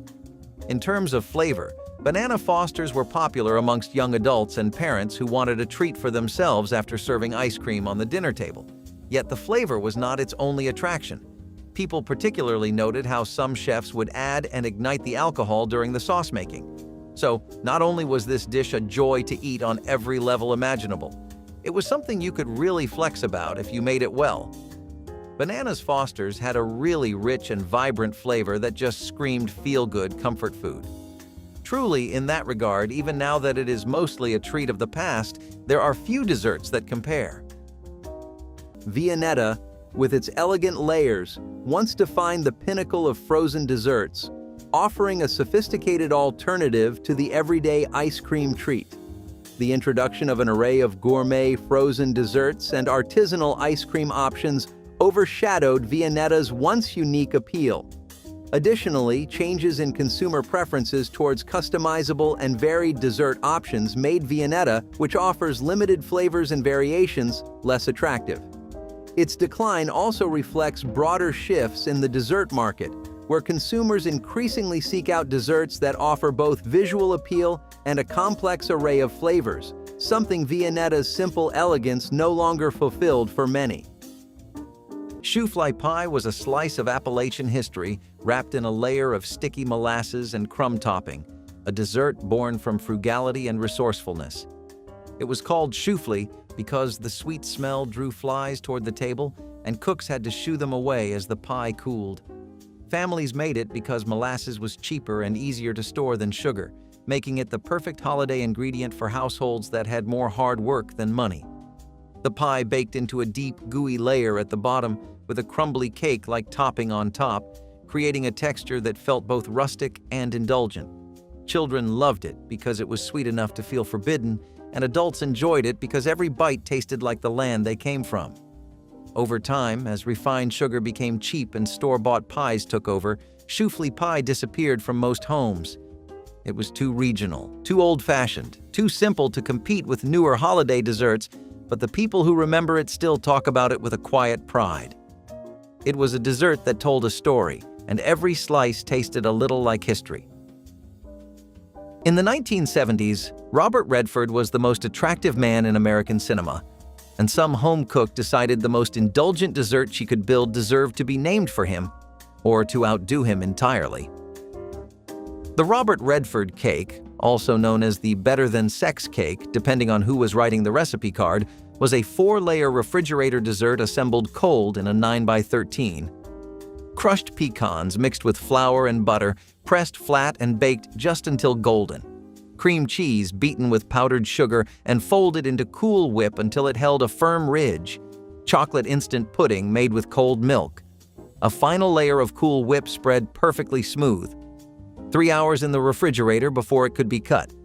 It was a staple of church potlucks and neighborhood gatherings from Ohio to the Carolina coast through the late 1970s and into the 1980s. She always brought it to the 4th of July. After she stopped coming to the 4th of July, nobody thought to bring it. The recipe card is somewhere. The exact ratio of cream cheese to Cool Whip is not. Spice cake with seafoam frosting was a Christmas tradition that combined warm spices with one of the most ethereal frostings ever created. The cake itself was a study in balance, with cinnamon, ginger, cloves, nutmeg, and allspice working together without any single flavor dominating. Brown sugar gave the batter a caramel undertone that deepened the spice flavors, while buttermilk kept everything tender and moist. The seafoam frosting was the true showstopper, made by cooking brown sugar, corn syrup, and water to the soft ball stage, then beating it into egg whites until it became impossibly light and glossy. The frosting looked like ocean foam or fresh fallen snow, with a texture that dissolved on the tongue. Making seafoam frosting required precise timing and a strong arm, as the beating could take 20 minutes by hand. The combination of dense, spicy cake and airy, sweet frosting created a contrast that made every bite interesting. Toasted marshmallow pie was a celebration of comfort and creativity. Every slice held the warmth of a winter fireplace, its top blanketed with perfectly browned marshmallows that melted into a golden crust. Underneath, a rich layer of chocolate filling waited, silky and sweet. It was a dessert born from campfire memories, reimagined for the suburban kitchen. Housewives of the 1970s loved its easy magic, a few simple ingredients transformed into something spectacular. Children gathered around ovens just to watch the marshmallows puff and brown, laughing when the sugar bubbled over the edge. Each slice felt like a hug, sticky and soft, a reminder that joy did not need to be complicated. This was a pie that belonged on every holiday table, a symbol of togetherness that looked as festive as it tasted. Long before gourmet took hold, toasted marshmallow pie proved that warmth could be baked, shared, and remembered. Today, it remains one of those desserts that never needed to grow up, the flavor of holidays where wonder was still simple. Bread pudding traditionally utilizes stale bread, milk, eggs, sugar, and spices like cinnamon or nutmeg, transforming basic leftovers into a sumptuous dessert. The custard base is created by whisking together eggs and sugar, to which milk or cream is added, along with vanilla for flavor. The stale bread is soaked in this mixture until it becomes saturated, then baked until the custard sets and the top turns golden. Originating from 11th century Europe as a means to use up stale bread, the dish evolved significantly by the 1980s, incorporating richer ingredients like brioche or challah. During this period, culinary enthusiasts began adding luxury elements such as chocolate chips, bourbon-soaked raisins, or layers of fresh fruit like apples or pears to enhance the flavor profile. Moreover, the introduction of double cream in the custard mixture became popular for its ability to add a velvety richness, contrasting beautifully with the crispy caramelized top that becomes a highlight of the well-baked surface. Orange slice cake was a holiday surprise wrapped inside a dessert, dense and chewy with bursts of candied orange that lit up every bite. People loved making it because it felt playful, different from the usual pies and puddings. The chopped orange candy slices melted slightly in the oven, blending with nuts, coconut, and a rich batter to create a texture unlike anything else on the table. Children always recognized the taste immediately, since those little orange candies were a rare treat any other time of year. Families baked this cake weeks in advance because the flavor deepened as it sat, becoming richer and more complex with every passing day. It was the kind of dessert that made people smile before they even tasted it. But as candy companies changed their recipes and holiday traditions shifted towards simpler desserts, orange slice cake faded away. It was too old-fashioned, too sweet, too heavy for modern tastes, and eventually it disappeared from cookbooks and memories alike. Still, for anyone who grew up eating it, the flavor remains unforgettable. A cheerful dessert from a different time. You could not make it without the liqueurs, and everyone at the table knew that. The grasshopper pie was built around crème de menthe and crème de cacao, the two halves of the cocktail it borrowed its name from, and no substitute produced the same cool, mint dark chocolate alchemy. Crushed Nabisco chocolate wafers pressed into a pie plate with melted butter formed the crust.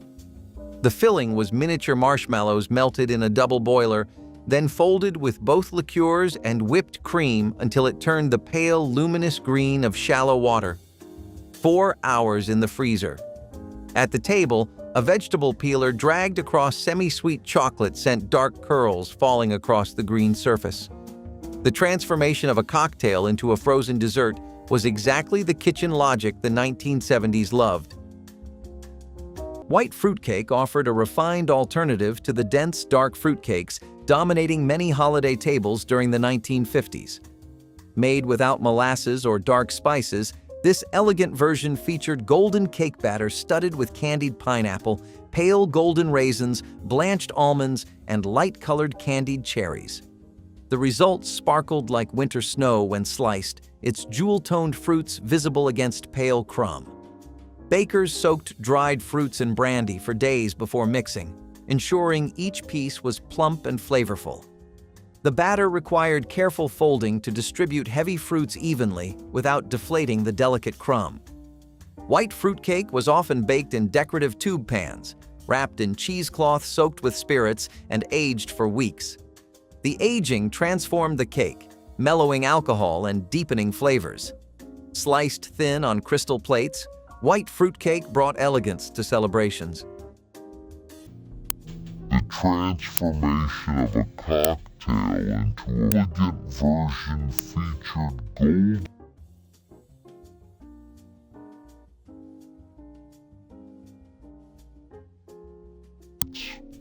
white Money ran short.